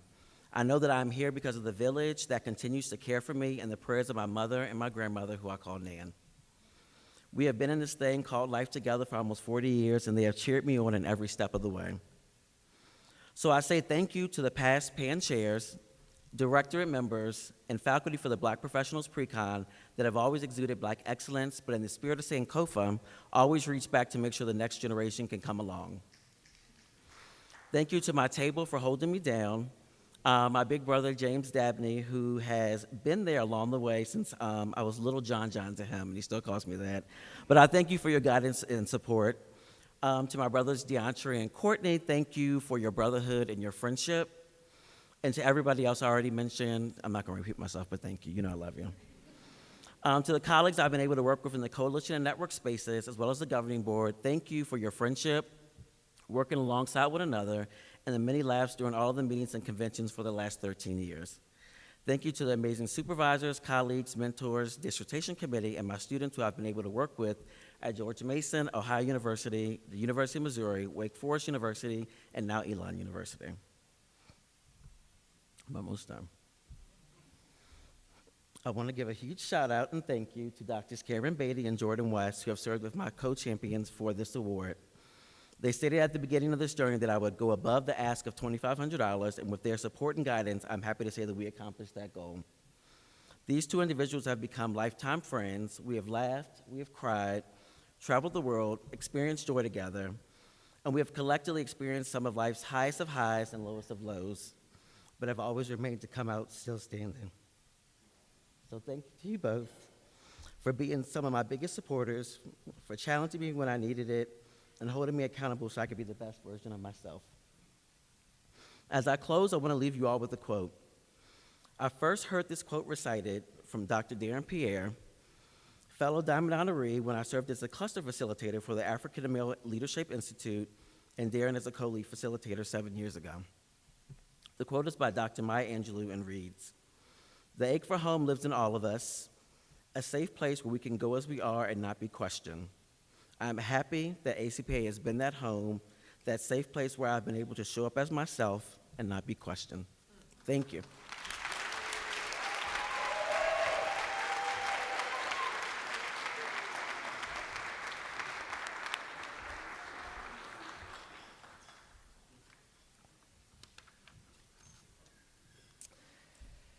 Our next honoree is Darren Eric Pierre, accompanied by champion Vernon Wall. Darren is an educator, a speaker, and an author from the blissful city of Mabane, North Carolina. Currently, Dr. Pierre serves as a lecturer in the Clark School of Engineering and affiliate faculty in the College of Education at the University of Maryland. Darren has published a book, over 25 reviewed journal articles, book chapters, and edited volumes. He has keynoted numerous conferences and consulted with universities and corporations across the United States, with past leadership and involvement in associations and organizations including AFA, NASPA, ACPA, Leadership, and ILA.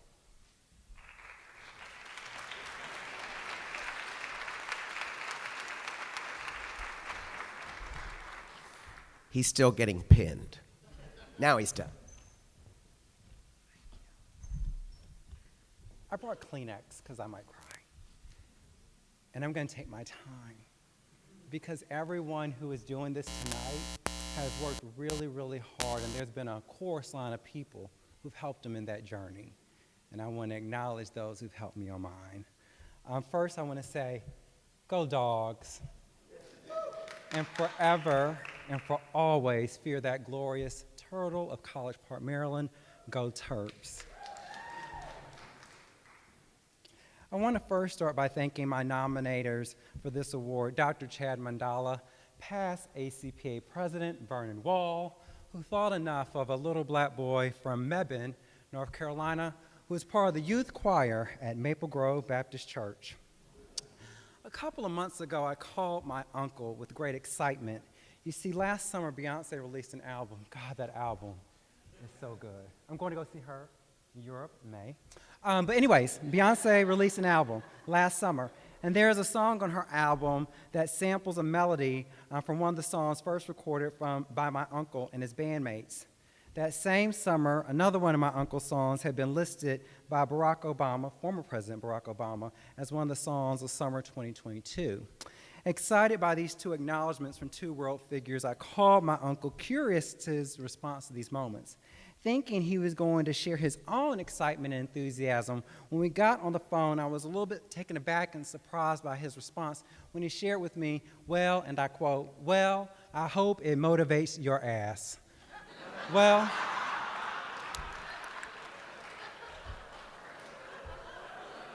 my dad, I want you to make sure you let my uncle know that story. My dad and my mom are in the room, so this is a big moment. This is a big moment that they're here. So to my aunts and uncles, my nieces and nephews, my siblings, my cousins, my parents, in particular my mother, Cheryl Cole, I want to thank them all for, in the words of my uncle, how they have motivated my ass. When we give, when we learn, teach. Those are the words first spoken by Dr. Maya Angelou, and those are the words that come to mind now as I reflect on the great educators of my life. Ms. Witt, my fourth grade teacher, who taught me much about the power and promise of potential. My great teachers and educators in the classroom and beyond. Glenda Beber, Dr. Kristen Skindle, Dr. Sharon Fries-Britt, Dr. Laura Dean, Dr. Mary Lee Dunn, Dr. Diane Cooper, Dr. Mary Lou McEwen, and Dr. Susan Comavez, who all have either taught me in the classroom or sponsored me on my journey. There would be no Darren without them. My love for each of them is deep. It just so happens that all these brilliant educators are women. Finally, to close, I started by thanking my family of the present. I want to thank my family of the past, my late grandmother, Pauline Cole, who we lovingly called Polly. I want to thank her for her strength, and I'm still continually unpacking the learning from her own journey. You see, my great-grandparents, the parents of Polly, they were Noxie Cooper and Governor Hester. Noxie, who was a breath away from slavery, and Governor, who was the product of a white woman and a black man at a time where that was not only unacceptable, but also illegal.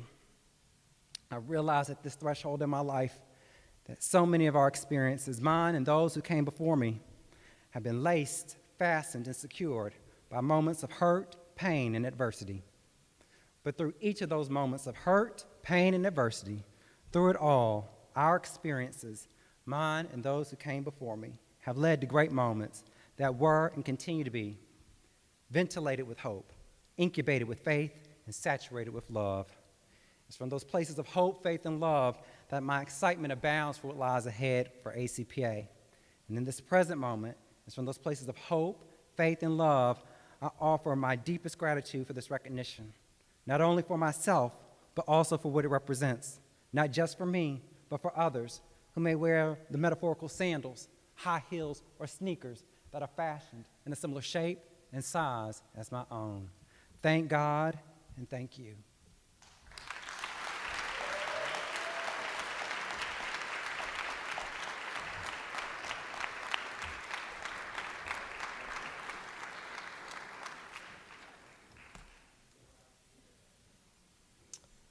And next, we honor Raymond V. Plaza, accompanied by champion Steven Santa Ramirez. Ray serves as Senior Director in the Office for Diversity and Inclusion at Santa Clara University. ACPA has been Ray's professional home for 25 years, and in that time, he has held leadership roles within the commissions, coalitions, and networks, with significant roles within the Latinx Network and with various convention planning teams, where he served as the ACPA 18 Convention Chair. Currently, Ray is a member of the External Advisory Board and as an ACPA representative to the Council on the Advancement of Standards in Higher Education, where he serves as a member at large for standards. Ray is a first-generation college student born to Puerto Rican parents.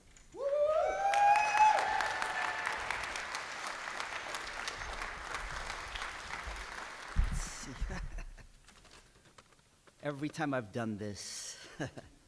But first, buenas noches. I'm humbled and grateful to Stefan and Gary for their nomination and their efforts as champions. I'm grateful to the ACPA Foundation as well. I want to thank everyone that made a contribution in my honor, as well as those that supported this great class of Diamond honorees, especially when we think about the challenging fiscal times that we're all facing in this country. I also want to thank my family and my guardian angel. Someone recently asked, why do I do what I do with such passion? For me, it's about helping and serving others.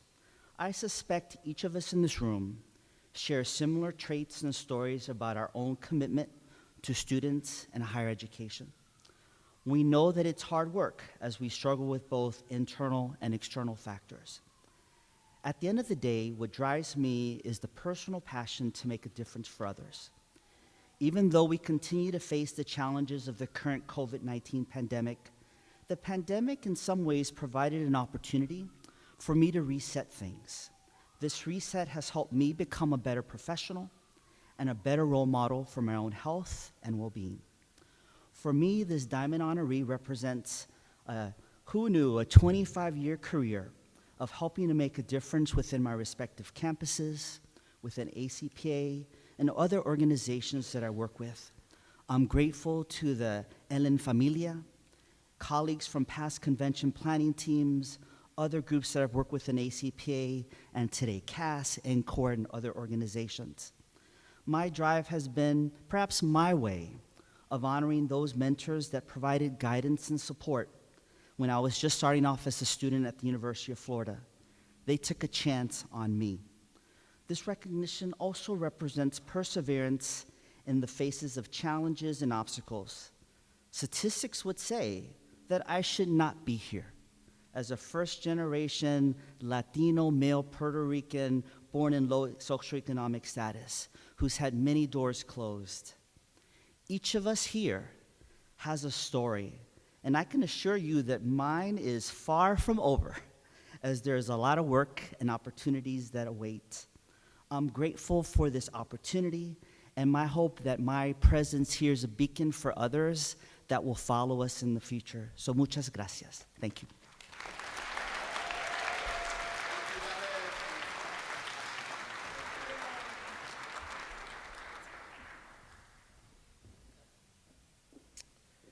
Next, please help us welcome Stephen John Quay, accompanied by champions Andrea Domain, Rachel Aho, and Carol Martinez-Doan.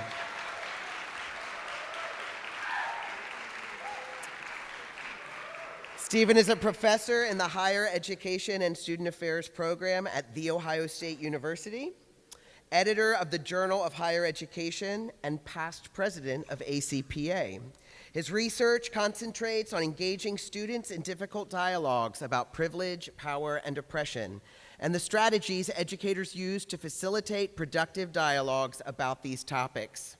His current work focuses on student and scholar activism, as well as the strategies Black educators and students use to heal from racial battle fatigue. Numerous campuses invite him to consult on campus climate, diversity, and equity issues, and he has given over 60 keynotes during his career in higher education. His work is published in different venues, including Teachers College Record, the Journal of College Student Development, and the Review of Higher Education.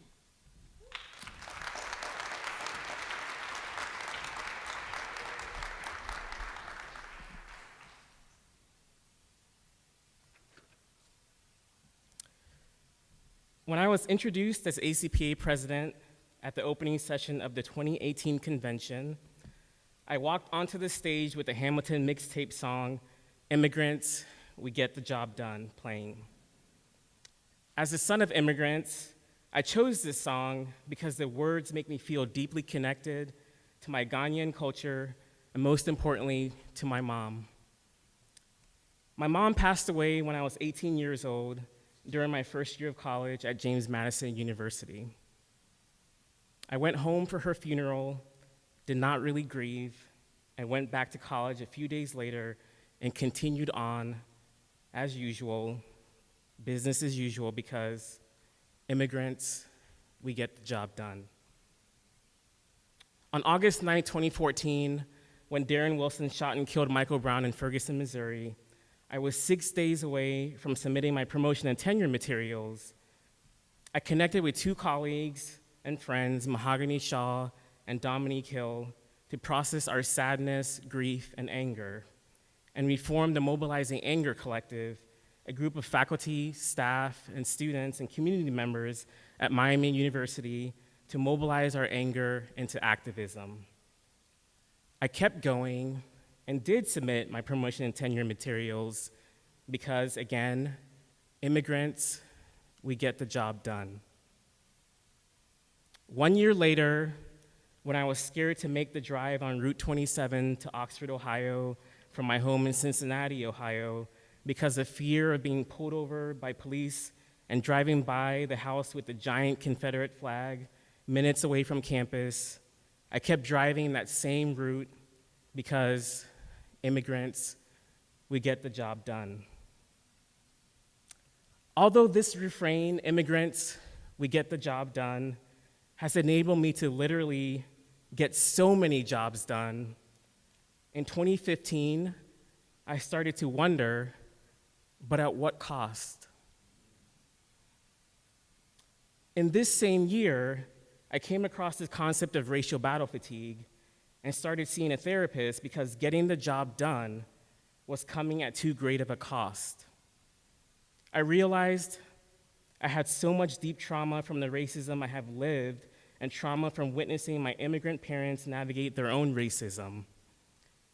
To try to stop the cycle of generational trauma, I sought help so that I could get the job done as an immigrant and also, more importantly, take care of myself in the process.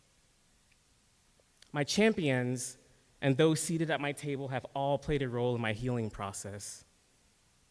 Carol Martinez-Doan has been my running partner at ACPA conventions. Both Rachel Aho and Carol have been my Moscato drinking friends at ACPA conventions, where we laugh and just enjoy each other's company. And yes, Moscato is a real wine.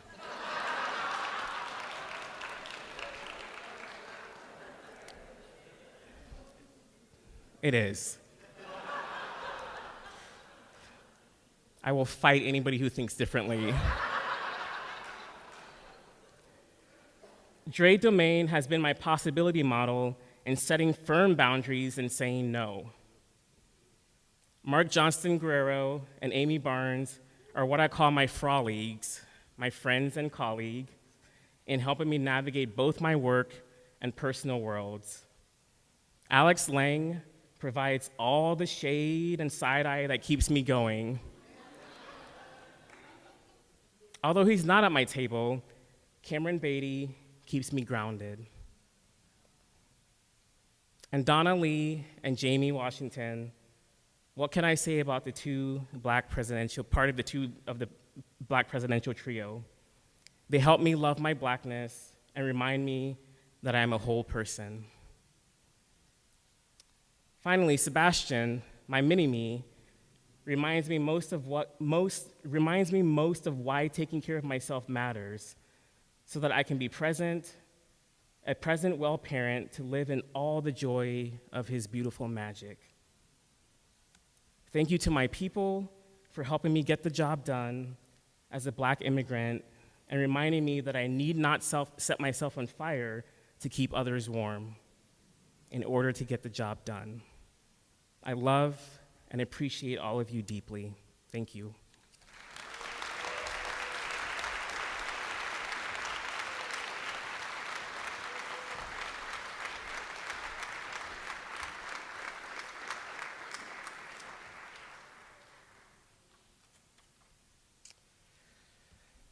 Next, we will honor Molly Schaller, accompanied by champion Stephen Herndon and Rachel Wagner. Molly is the Associate Dean for the School of Education and Professor of Higher Education Administration at St. Louis University.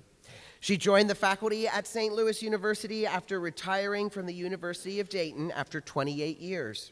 She has held faculty fellowships in faculty development, mission, and identity.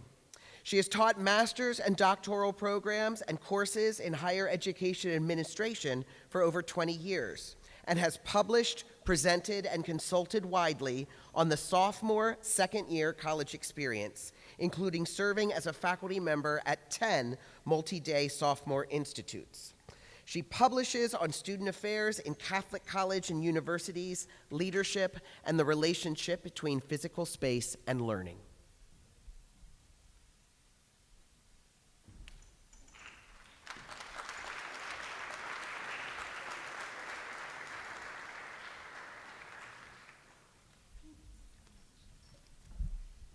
Oh my heavens.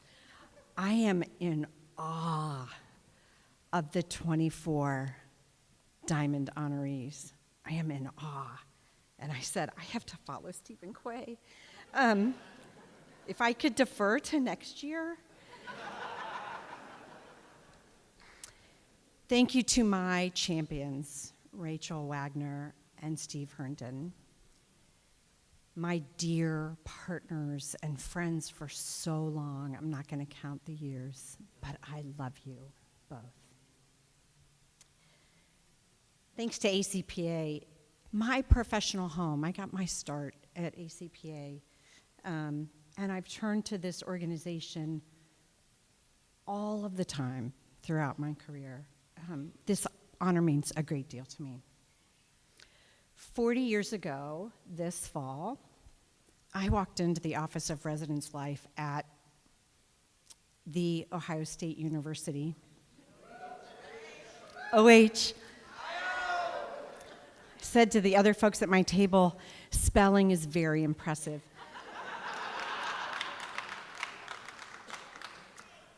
I walked into that office before I was even a student. As a Pell Grant student, I needed a work-study job, and I got a yes, and that yes changed my life. It took me a couple of years to drop chemical engineering and find my way to developmental psychology, but by the time I was a junior, I knew this was my profession. I was so shaped by so many people. I would like to recommend in the future that honorees get a chance to put all of the names of the people up on the board, because there are so many people who have shaped me. The way that I see higher education, and it was formed there at Ohio State, but then really fed in my graduate work at Miami University with Marcia Baxter-Magolda and Judy Rogers. The way that I see higher education is that it is a tremendous resource. It is one that can be wasted, abused, neglected, or with preparation and research, it can be intentionally designed to do what I feel like I've been called to do for the past 40 years.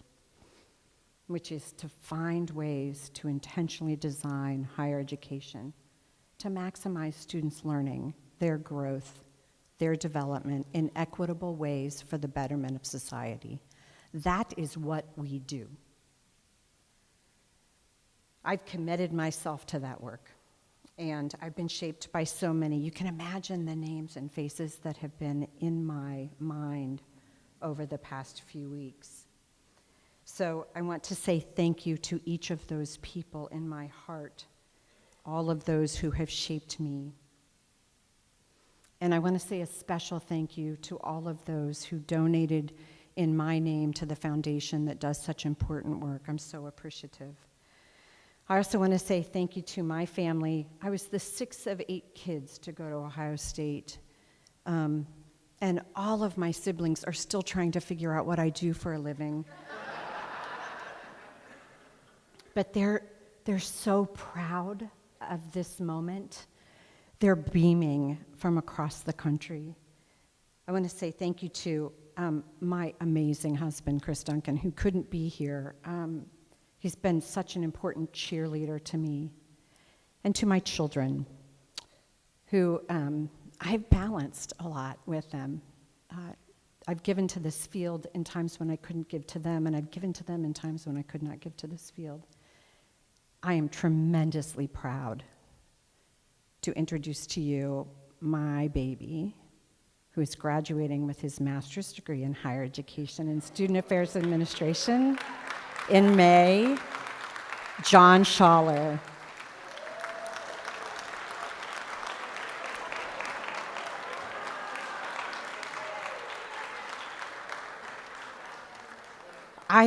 I love this conference, but I gotta tell you, do it with a kid. It's phenomenal. We've had the best couple of days together, and I'm so thankful that I get to welcome him into this work that I love so much.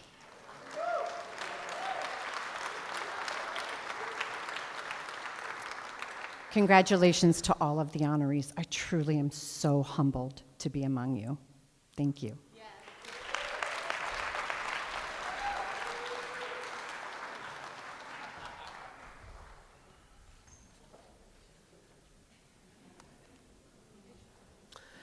Our next honoree is Jenny L. Small.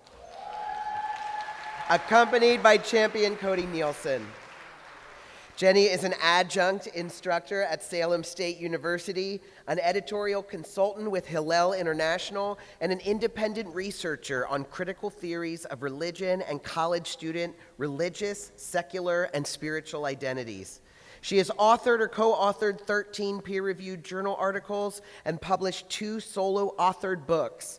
In 2015, Dr. Small worked with fellow members of the ACPA Commission for Spirituality, Faith, Religion, and Meaning to publish the edited volume, Making Meaning, Embracing Spirituality, Faith, Religion, and Life Purpose in Student Affairs through ACPA Books and Media.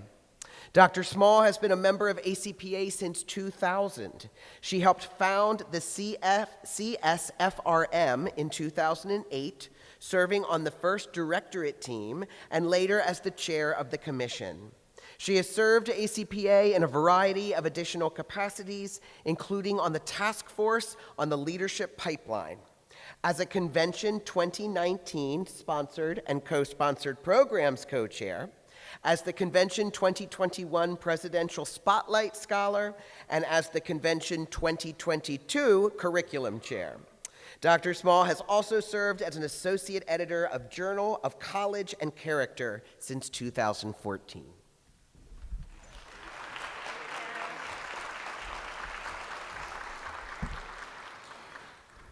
Hi. Thank you so much to the ACPA Foundation for this honor. I never expected to be recognized as a Diamond Honoree. For one, I have always taken sort of a journeywoman's career in this field. I've never had a traditional path as a practitioner or as a faculty member. In fact, I've actually changed jobs since I submitted my bio for this evening, and now I'm back working at Brandeis University, my alma mater. Can I say go Judges? Yeah? Yeah, I'm saying it. Which is where I was, Valerie Glassman's RA, when we were there as undergrads. For another reason, I lost my place. My research, leadership, and advocacy are around topics that people in student affairs really are not comfortable talking about. So I write about college student religious and spiritual identities, and most recently, I wrote about a book about white Christian supremacy in higher education. Many people over my 23 years in ACPA have been incredibly supportive of my work and my research agenda, and I hope that as an association, we can continue to work on this critical topic. I love the head nod from our president in the front row. Thank you so much to my champion and frequent troublemaking partner, Dr. Cody Nielsen, for nominating me for this award and always inviting me into projects and books and speaking gigs. I really appreciate it. Thank you to the dear friends who joined me tonight, people I have met at various stages of my career, Dr. Danielle Molina, Dr. Lisa Kelsey, who was my coordinator when I was a commission chair, and Dr. Julia Collette, and also my fellow honorees and friends, Dr. Valerie Glassman and Dr. J.T. Snipes. Woo! And thank you to everyone who has ever talked with me or frankly listened to me rant about religious oppression and marginalization, starting with my first student affairs mentor in my master's program at Teachers College, Dr. L. Lee Kneffelkamp. May her memory be a blessing. Thank you, yes. And my mentor at the University of Michigan, Dr. John C. Burkhart, who always reminded me, you belong. Thank you most of all to my husband, Josh, way at the back of the room, my children, Sophie and Nathan, who have always supported me and my work. I love you.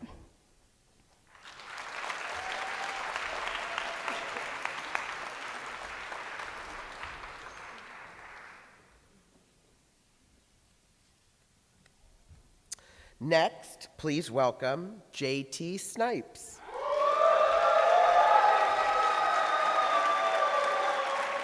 Accompanied by champion Candace Hall.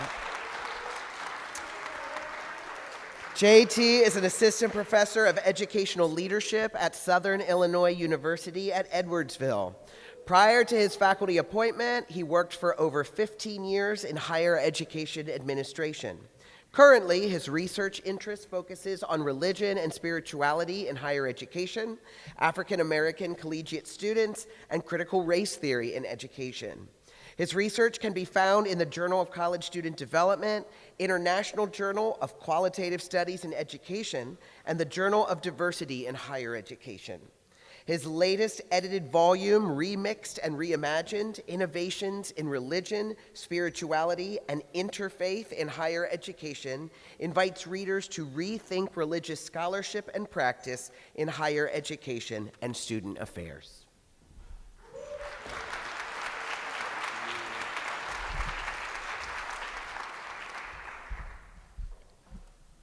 Like so many others before me, I am humbled to the point of almost speechlessness. Partially because I don't feel like I belong in this space. Can we have an honest moment with a couple of friends? I look at the resumes and the bios, which Dr. Stephen Mobley was just giving me a little bit of grief because of the length of my bio. So I don't feel like I belong in this space.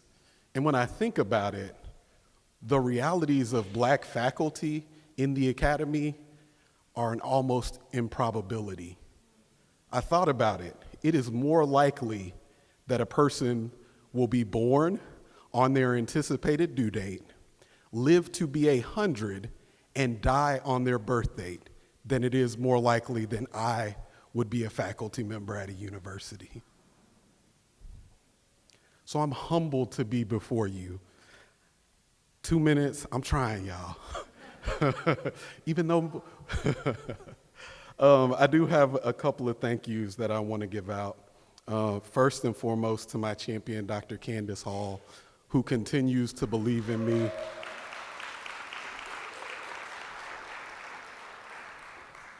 She continues to believe in me when I don't believe in myself.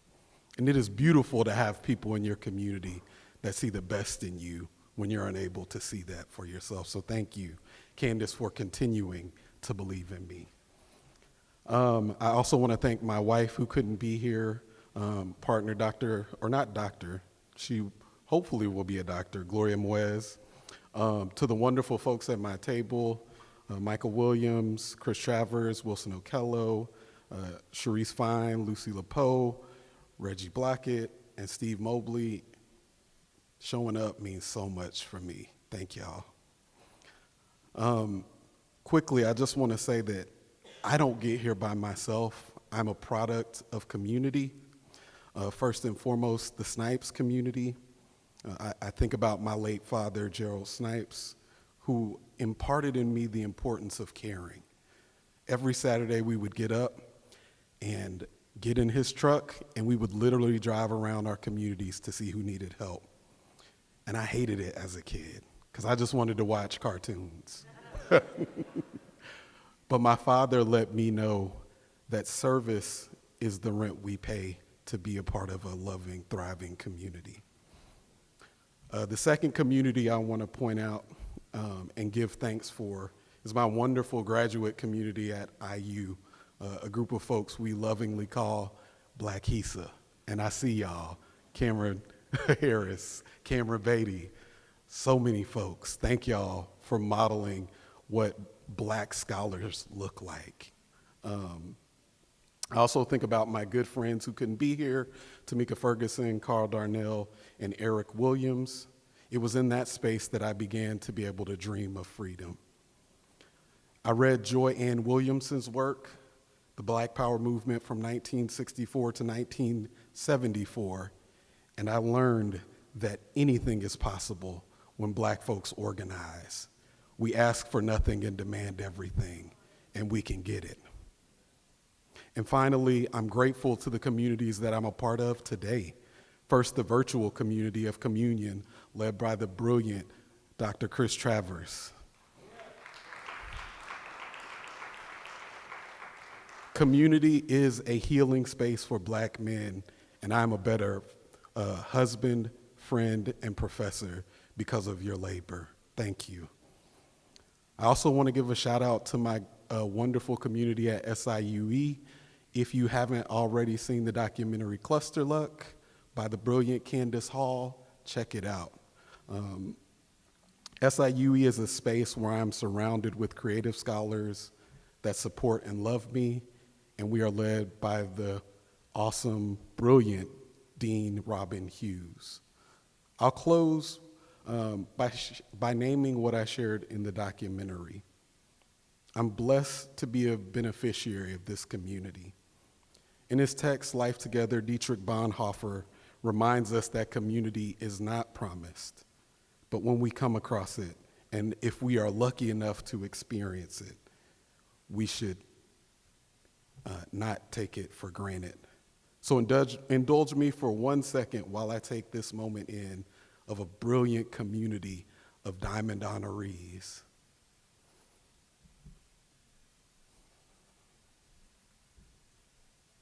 Thank you.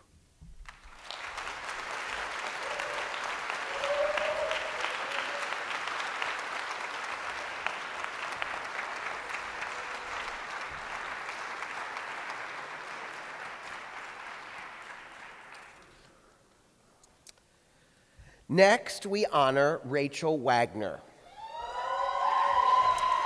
accompanied by champions Chase Catalano and Tony Cawthon.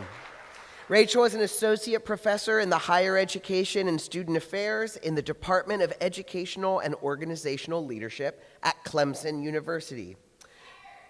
She has presented on gender, racism, dialogue, and social justice education at universities around the country. The goal of her research is to understand how post-secondary environments can support human flourishing. Along with Dr. Chase Catalano, she edited Advising and Supporting in Student Affairs. She received the Harry Cannon Outstanding Professional Award in 2014 and the Outstanding Research Award in 2015 from ACPA's Coalition on Men and Masculinities. In 2020, ACPA named Dr. Wagner an emerging scholar.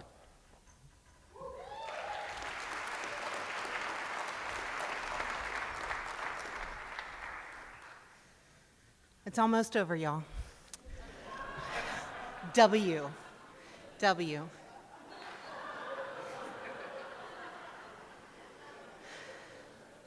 I never expected to be standing here.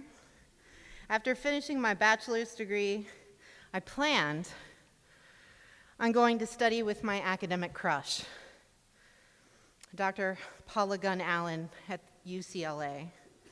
Some people like musicians, athletes, music. I'm a Scholar fangirl. But my grandmother, who I had been sharing a bedroom with since I was 12, a highlight of my life, had a stroke the summer after I graduated. 3 weeks later, my mother went into cardiac arrest.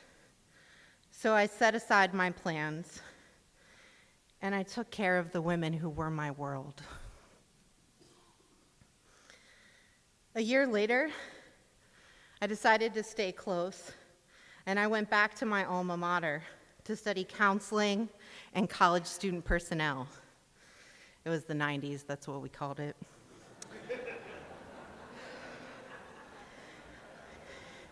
The University of Dayton is not one of the signature grad preparation programs that we know.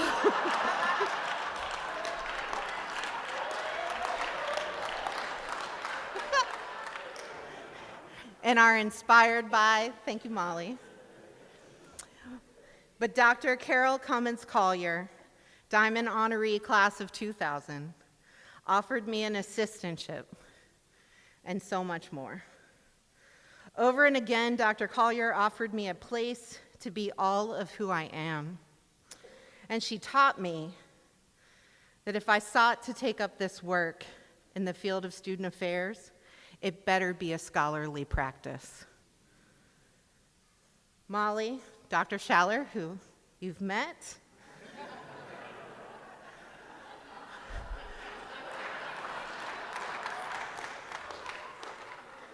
was also there.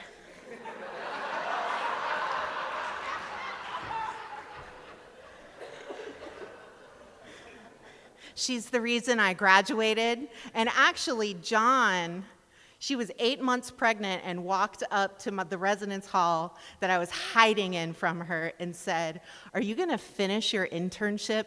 Because this baby is coming." So, John, you were a factor in me graduating with my master's.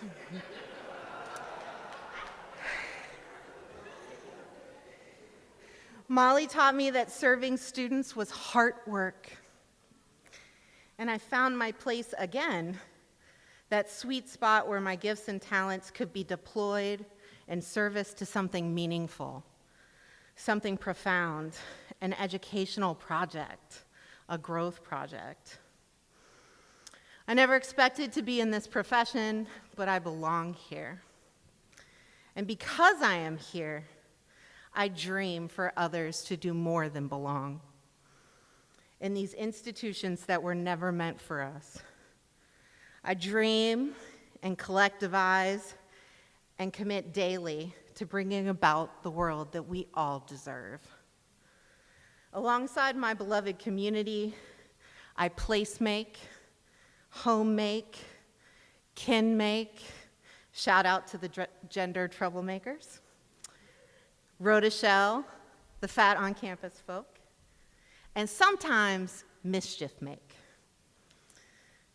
It is truly an honor to do this work, and I hold it with the utmost reverence. When it is hard, and it often is, I'm sustained by my favorite co-conspirator and swaggy scholar wife, Carrie Jane. This morning we were notified that our first joint paper was accepted to a conference.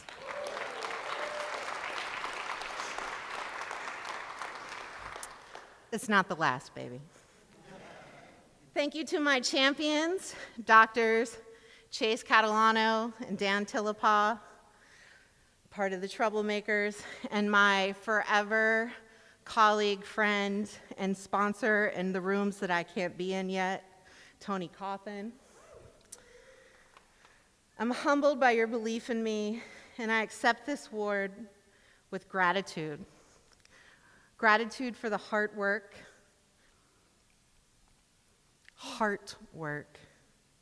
everyone who has been on this dais tonight does, the work that the folks before us did, and the work that will continue with generations that succeed us. And thanks.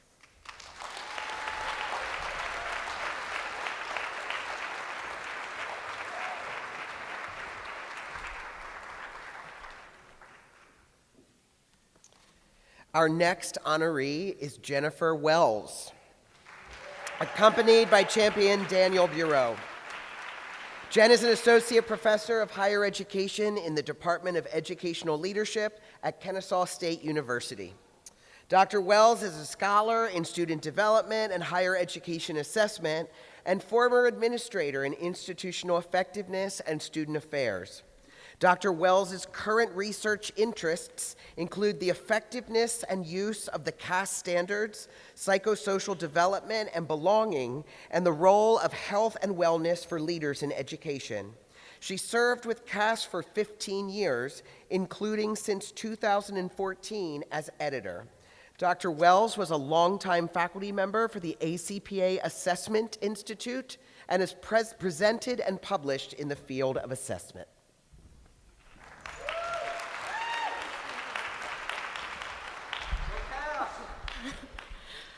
I don't think I would be as nervous if I was going to talk about CAS. But we probably don't want to be here until tomorrow. As I prepared my thoughts, I was reminiscing about my journey. I wanted to tell the tale of the girl who arrived at Albion College as a first-generation student who believed that at some point someone would figure out that she didn't belong. I still have that nightmare where I've forgotten to take a math class, but Diane Cooper has assured me that I did indeed finish my PhD.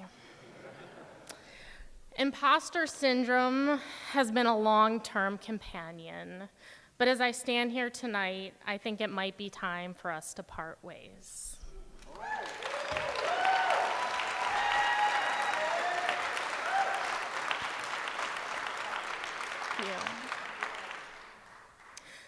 want to thank ACPA, the foundation, and Dan, who served as my champion. Thank you, Dan, for recognizing my dedication. Dan is the kind of colleague and friend that we all need. I owe so much of my journey to strong women and the lessons they have shared that I keep with me. This all started with a phone call from Laura Dean that resulted in nearly 16 years of work with Cass. Among Laura's million wise words, she reminded me that there will always be another bus. Several individuals are no longer physically here, but are with me always and forever. My grandma, who instilled in me the love of reading and learning. My sister, who helped me become an empathic and kind individual. And Mary Beth, whose memory reminds me to connect with others, visit the parks, talk to the animals, and eat all the vegetables. And I'm about to be the first person to thank their dog.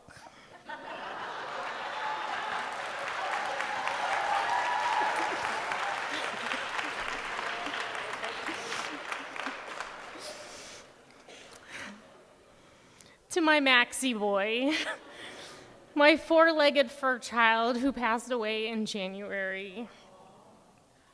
Thank you for being my writing buddy, my constant companion, my reminder to take breaks, love big, and smile at the small things. I would not be here today without my mom. I mean, quite literally, but she has always been my biggest champion and supporter. She reminds me that there is always a light at the end of the tunnel. Hard work matters, and one can be a strong leader and have a big heart. She still doesn't know how to talk about what I do, but she is always there. Love you, Mom. It's still unbelievably full circle to now be educating the higher education and student affairs professionals of today and the future. I take this honor to heart and hope that I inspire them to go out and make their mark. Thank you.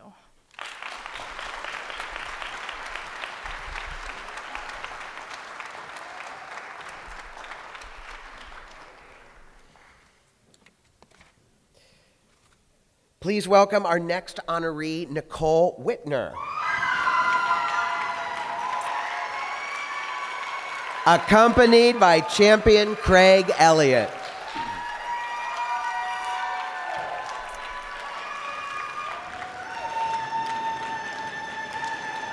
Nicole serves as the Assistant Vice President and Dean of Students at the University of San Diego. ACPA is Dr. Whitner's professional home, and her leadership with the association includes previous terms as the Director of Professional Development and later the President of ACPA's largest state chapter, the California College Personnel Association. She is presently serving on the ACPA Governing Board as Assembly Coordinator for state and regional chapters.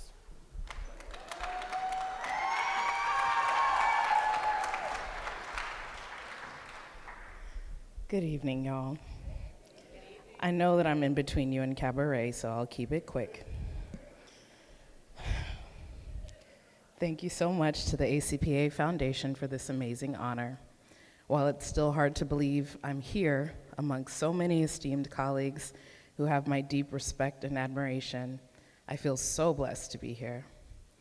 I am a first-generation college graduate, the first in my family to earn a terminal degree, the daughter of a single mother whose brilliance was dulled by the broken education systems in the Jim Crow South in rural Arkansas, and the granddaughter of the late Pearlie Mae Brown, born to sharecroppers and only allowed to attend school up until the 2nd grade.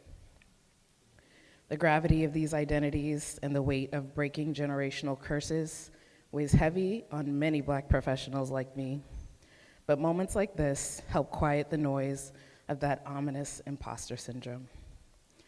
I have to extend my thanks first to God, to my mother for being my first and biggest cheerleader, To my amazing circle of family and friends, to the students, colleagues, and friends I've added to my family from California College of the Arts and Holy Names University, my California College Personnel Association and ACPA Governing Board buddies, and the amazing chapter leaders across the country.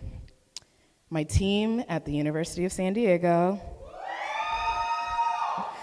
my partner for his outpouring of love and encouragement, and last but not least, to Dr. Craig Elliott, not just for being my champion, but for seeing a leader in me and for answering my call when I needed it the most. Thank you.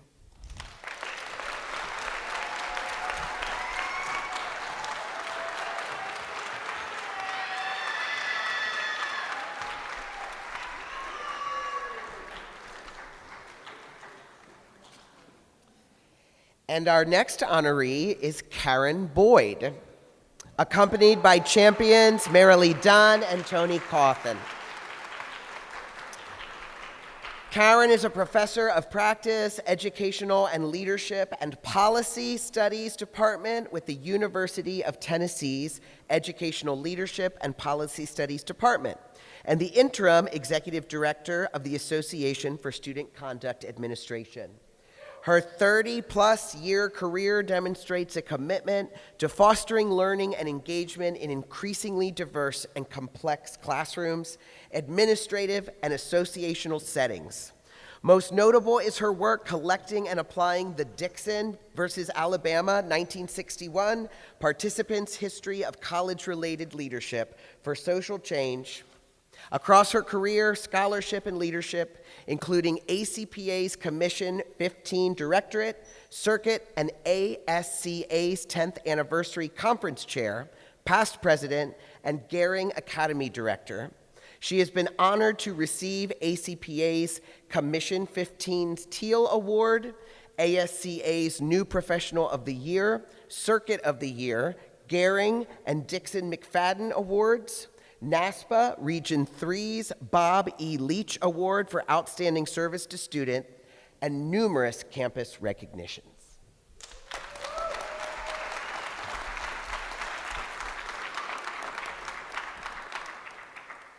So let me begin by saying that I am old. It's pretty clear I'm old, and I'm feeling it a lot these days. It's late. We've been here for a while. I want to say thank you to everyone in the room that stayed and that stayed in it. But I will share that it's hard to imagine that I am here. That's really hard for me to get my head around. No one stands at this podium without a host of others. Too many to thank adequately in the 1.5 to 2 minutes we were given, which we clearly aren't abiding by. But I promise to try. And in my case, a lifetime isn't enough time to say thank you. But I'll try without naming too many names, because I'm here because they were here for me. So here we go.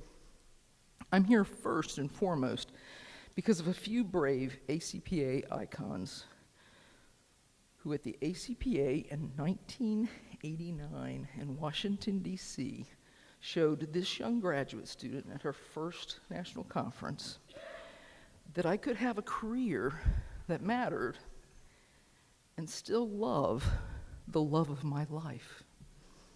Vernon Wall, I am talking about you.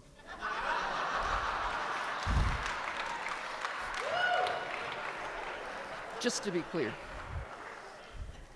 I did not think that it would be possible to have a meaningful career at that time. It was a very different experience to be gay in America in 1989 than it is today. And you gave me a career that I love.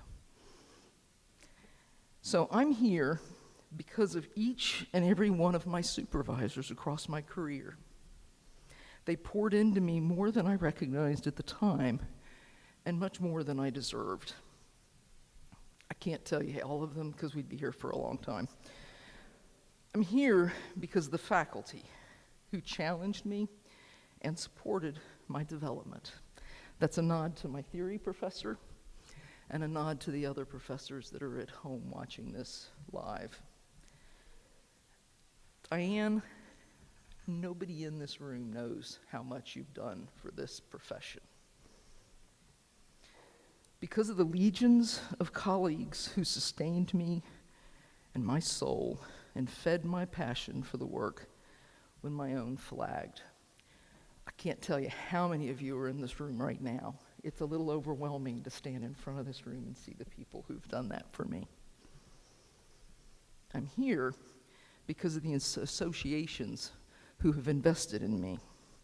Obviously ACPA, but ASCA, I can't tell you what that did for me and so many other people in our field. The students who I learn from daily and will live in my heart forever, that's why I'm here, and that's why I will keep coming back. I'm here because of my partner in life, Denise, and my partner in fun, Tony.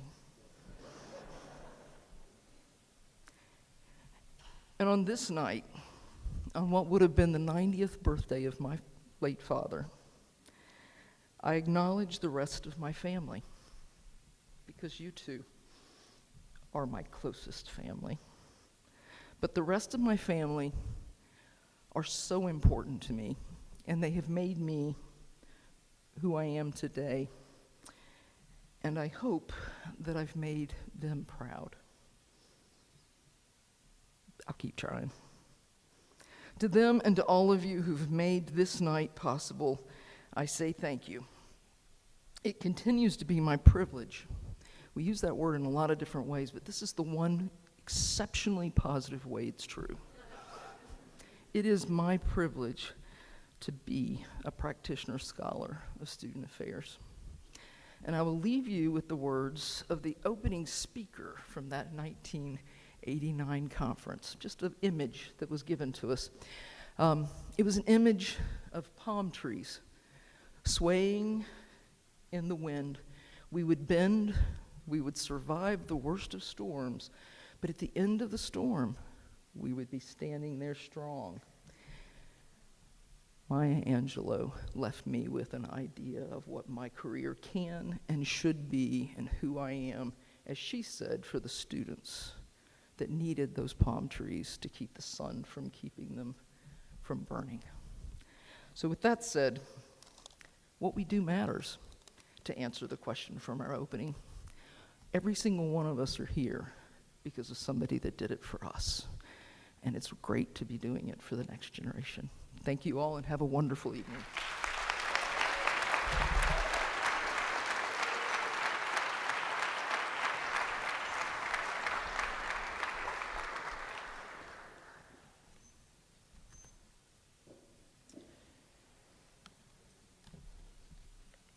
We'd like to take a moment now for our final honoree this evening, which is Robert N. Coffey, Jr.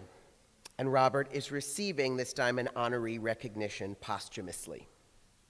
Accepting on his behalf is his partner, Dr. Stephen Chang, accompanied by champions Jan Bonerick and Gavin Henning. Dr. Robert N. Coffey, Jr.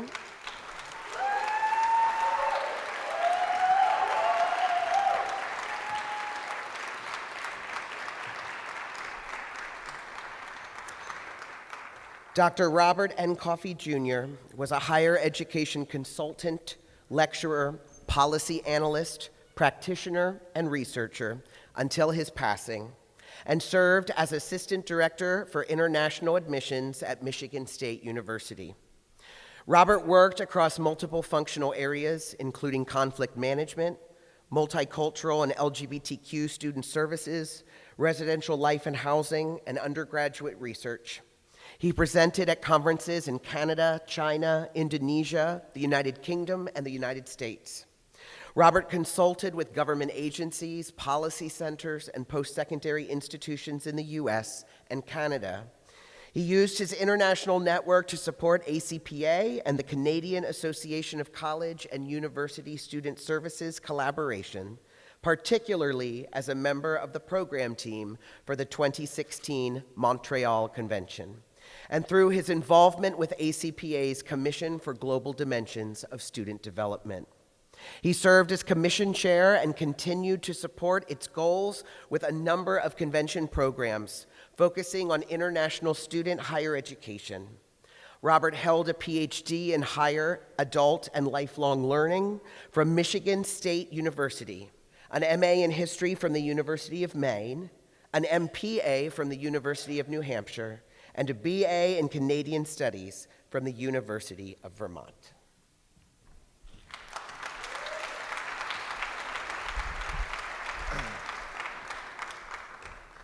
Wow, so to hear all of that about Bob, I mean, all of you nominees, awardees today, actually, I should say, I'd like to hear that about your careers. Just this whole story is just wonderful to hear and just warms my heart.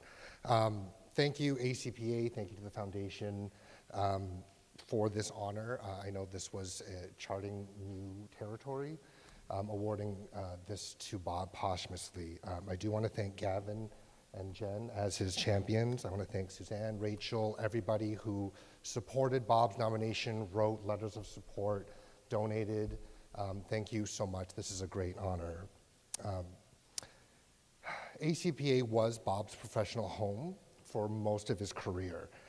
He was passionate about students and higher education. I learned so much from him from my time when I was a professor. And I carried the lessons that he taught me into my classroom. I mean, I learned so much from him when I would complain to him about students crying to me, and I don't know what I'm supposed to do. He would say, just talk to them, they're people.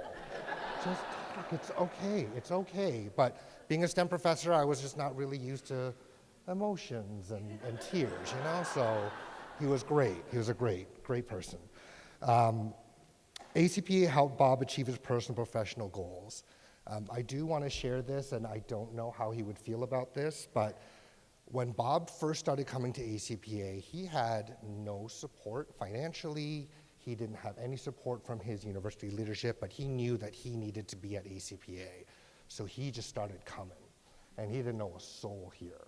And he made a way. He started meeting people. He had to push his way out of his introverted ways, meet people, and he found family. He founded community at ACPA, and this was one of the things that he adored and cherished about ACPA.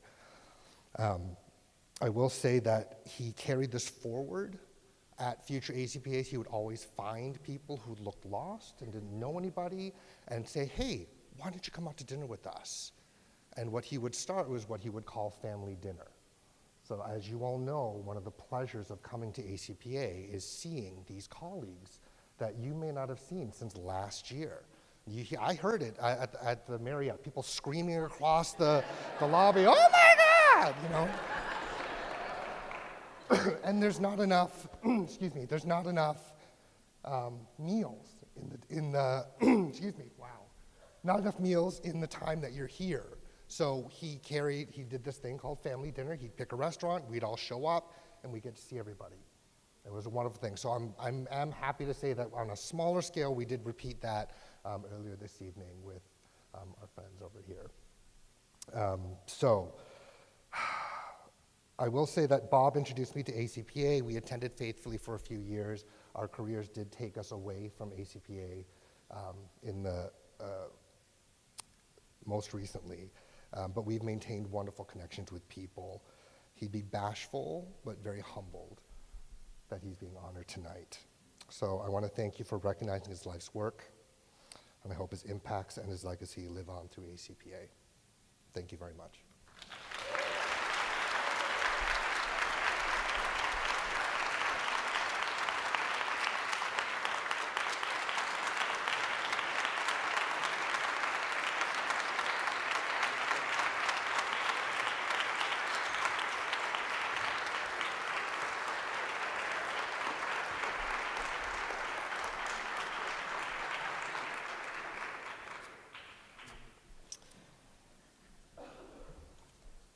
There we have it, a full class of the ACPA Diamond Honoree Class of 2023. Let's give one more round of applause for the whole class.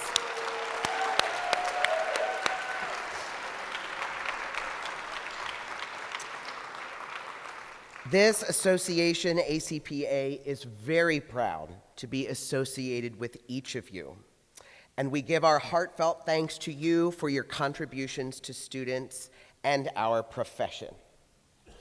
We will now toast our honorees.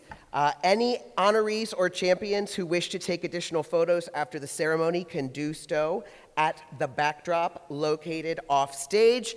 Before we get to our final toast, I hope you will permit me for one more note of thanks. The foundation finds this program an incredible labor of love, and we are very blessed to have a wonderful team of folks who work almost the entirety of the calendar year putting the details together for it. So I hope this year you'll help to recognize Kathy Adams-Reister, Jean Savigny, and Dorsey Spencer in the back for all their work to make this event possible.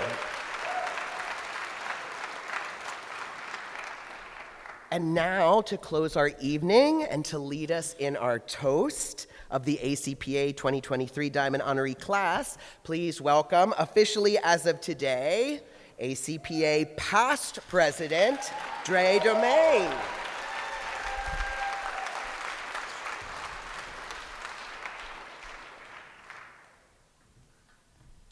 Did my best on that slow creep to shave some time. It's good to see everybody again. Again, I want to thank ACPA Foundation for an amazing, wonderful event. Personally, I became a Diamond Honoree in 2020. Didn't know much about it before then, but it is now one of my most favorite events, so it's amazing to be here and hear amazing stories. Excuse me. I also want to thank the champions as also a champion this year. I know how much work it is to champion our amazing folks, and so I just want to make sure that your work does not go unnoticed. With that being said, if you would raise your glass. So I offer a wonderful words of congratulations and gratitude to our 25 dynamic Diamond Honoree for this year's. May their stories be inspiring us to continually boldly transform higher education. Cheers.